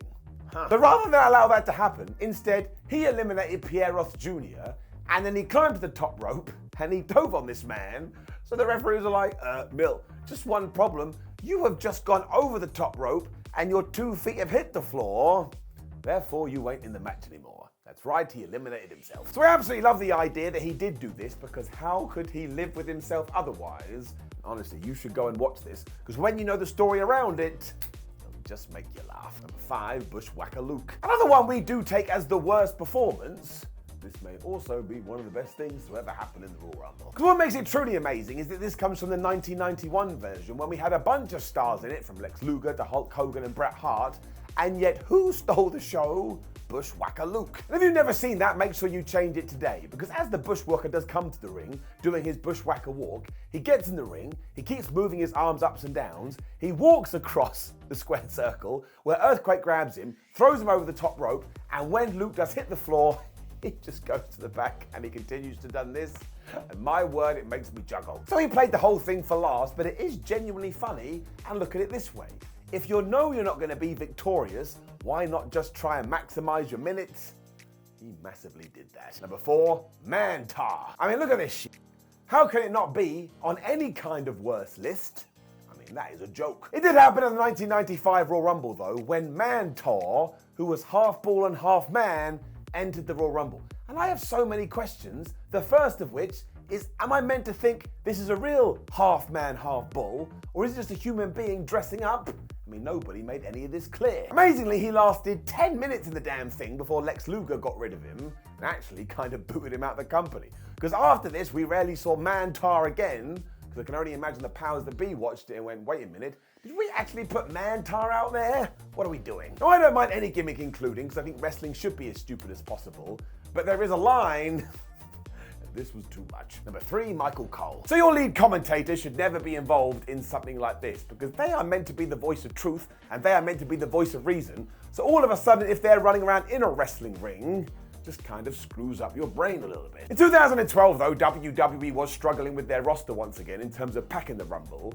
So they looked over to the commentator desk and they're like, well, Booker T is there, he can be in it. Jerry Lawler's there, he can be in it. And just for some sun, let's put Michael Cole in it too.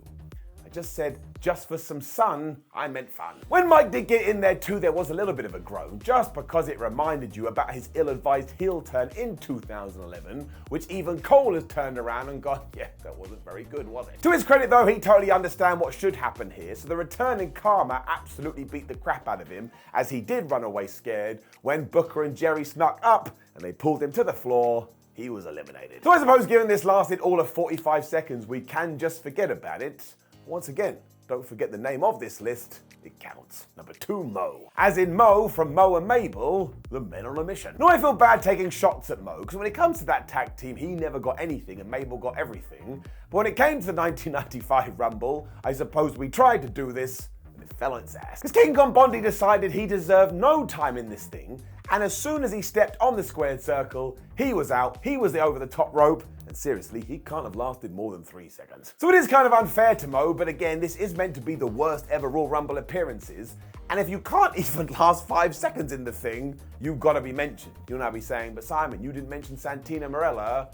That's because no, that one made me laugh. It was really, really funny. Number 1, the Warlord. Although there is another person that does fit into this category, the Warlord. Now the big difference is, when Santina Marella did get eliminated, as we just talked about, this was done for laughs, but when it came to the Warlord, this absolutely massive human being back in 1989, some people actually watched it and were like, well, I can't flubbing believe it. Because he was so big, a lot of the fans actually thought he could win, because that's just how wrestling worked in the late 80s.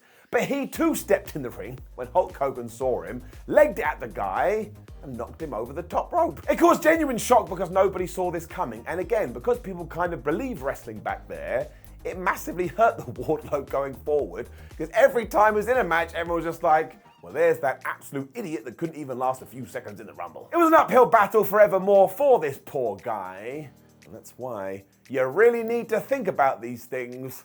Sometimes it can go pretty bad. Now please do leave a comment below and let us know who you think is some of the worst Royal Rumble appearances in history. Like the video, share the video and subscribe. Head over to WhatCulture.com to keep up to date with Royal Rumble news. Do the same on social media at WhatCulture WWE and Simon Miller 316.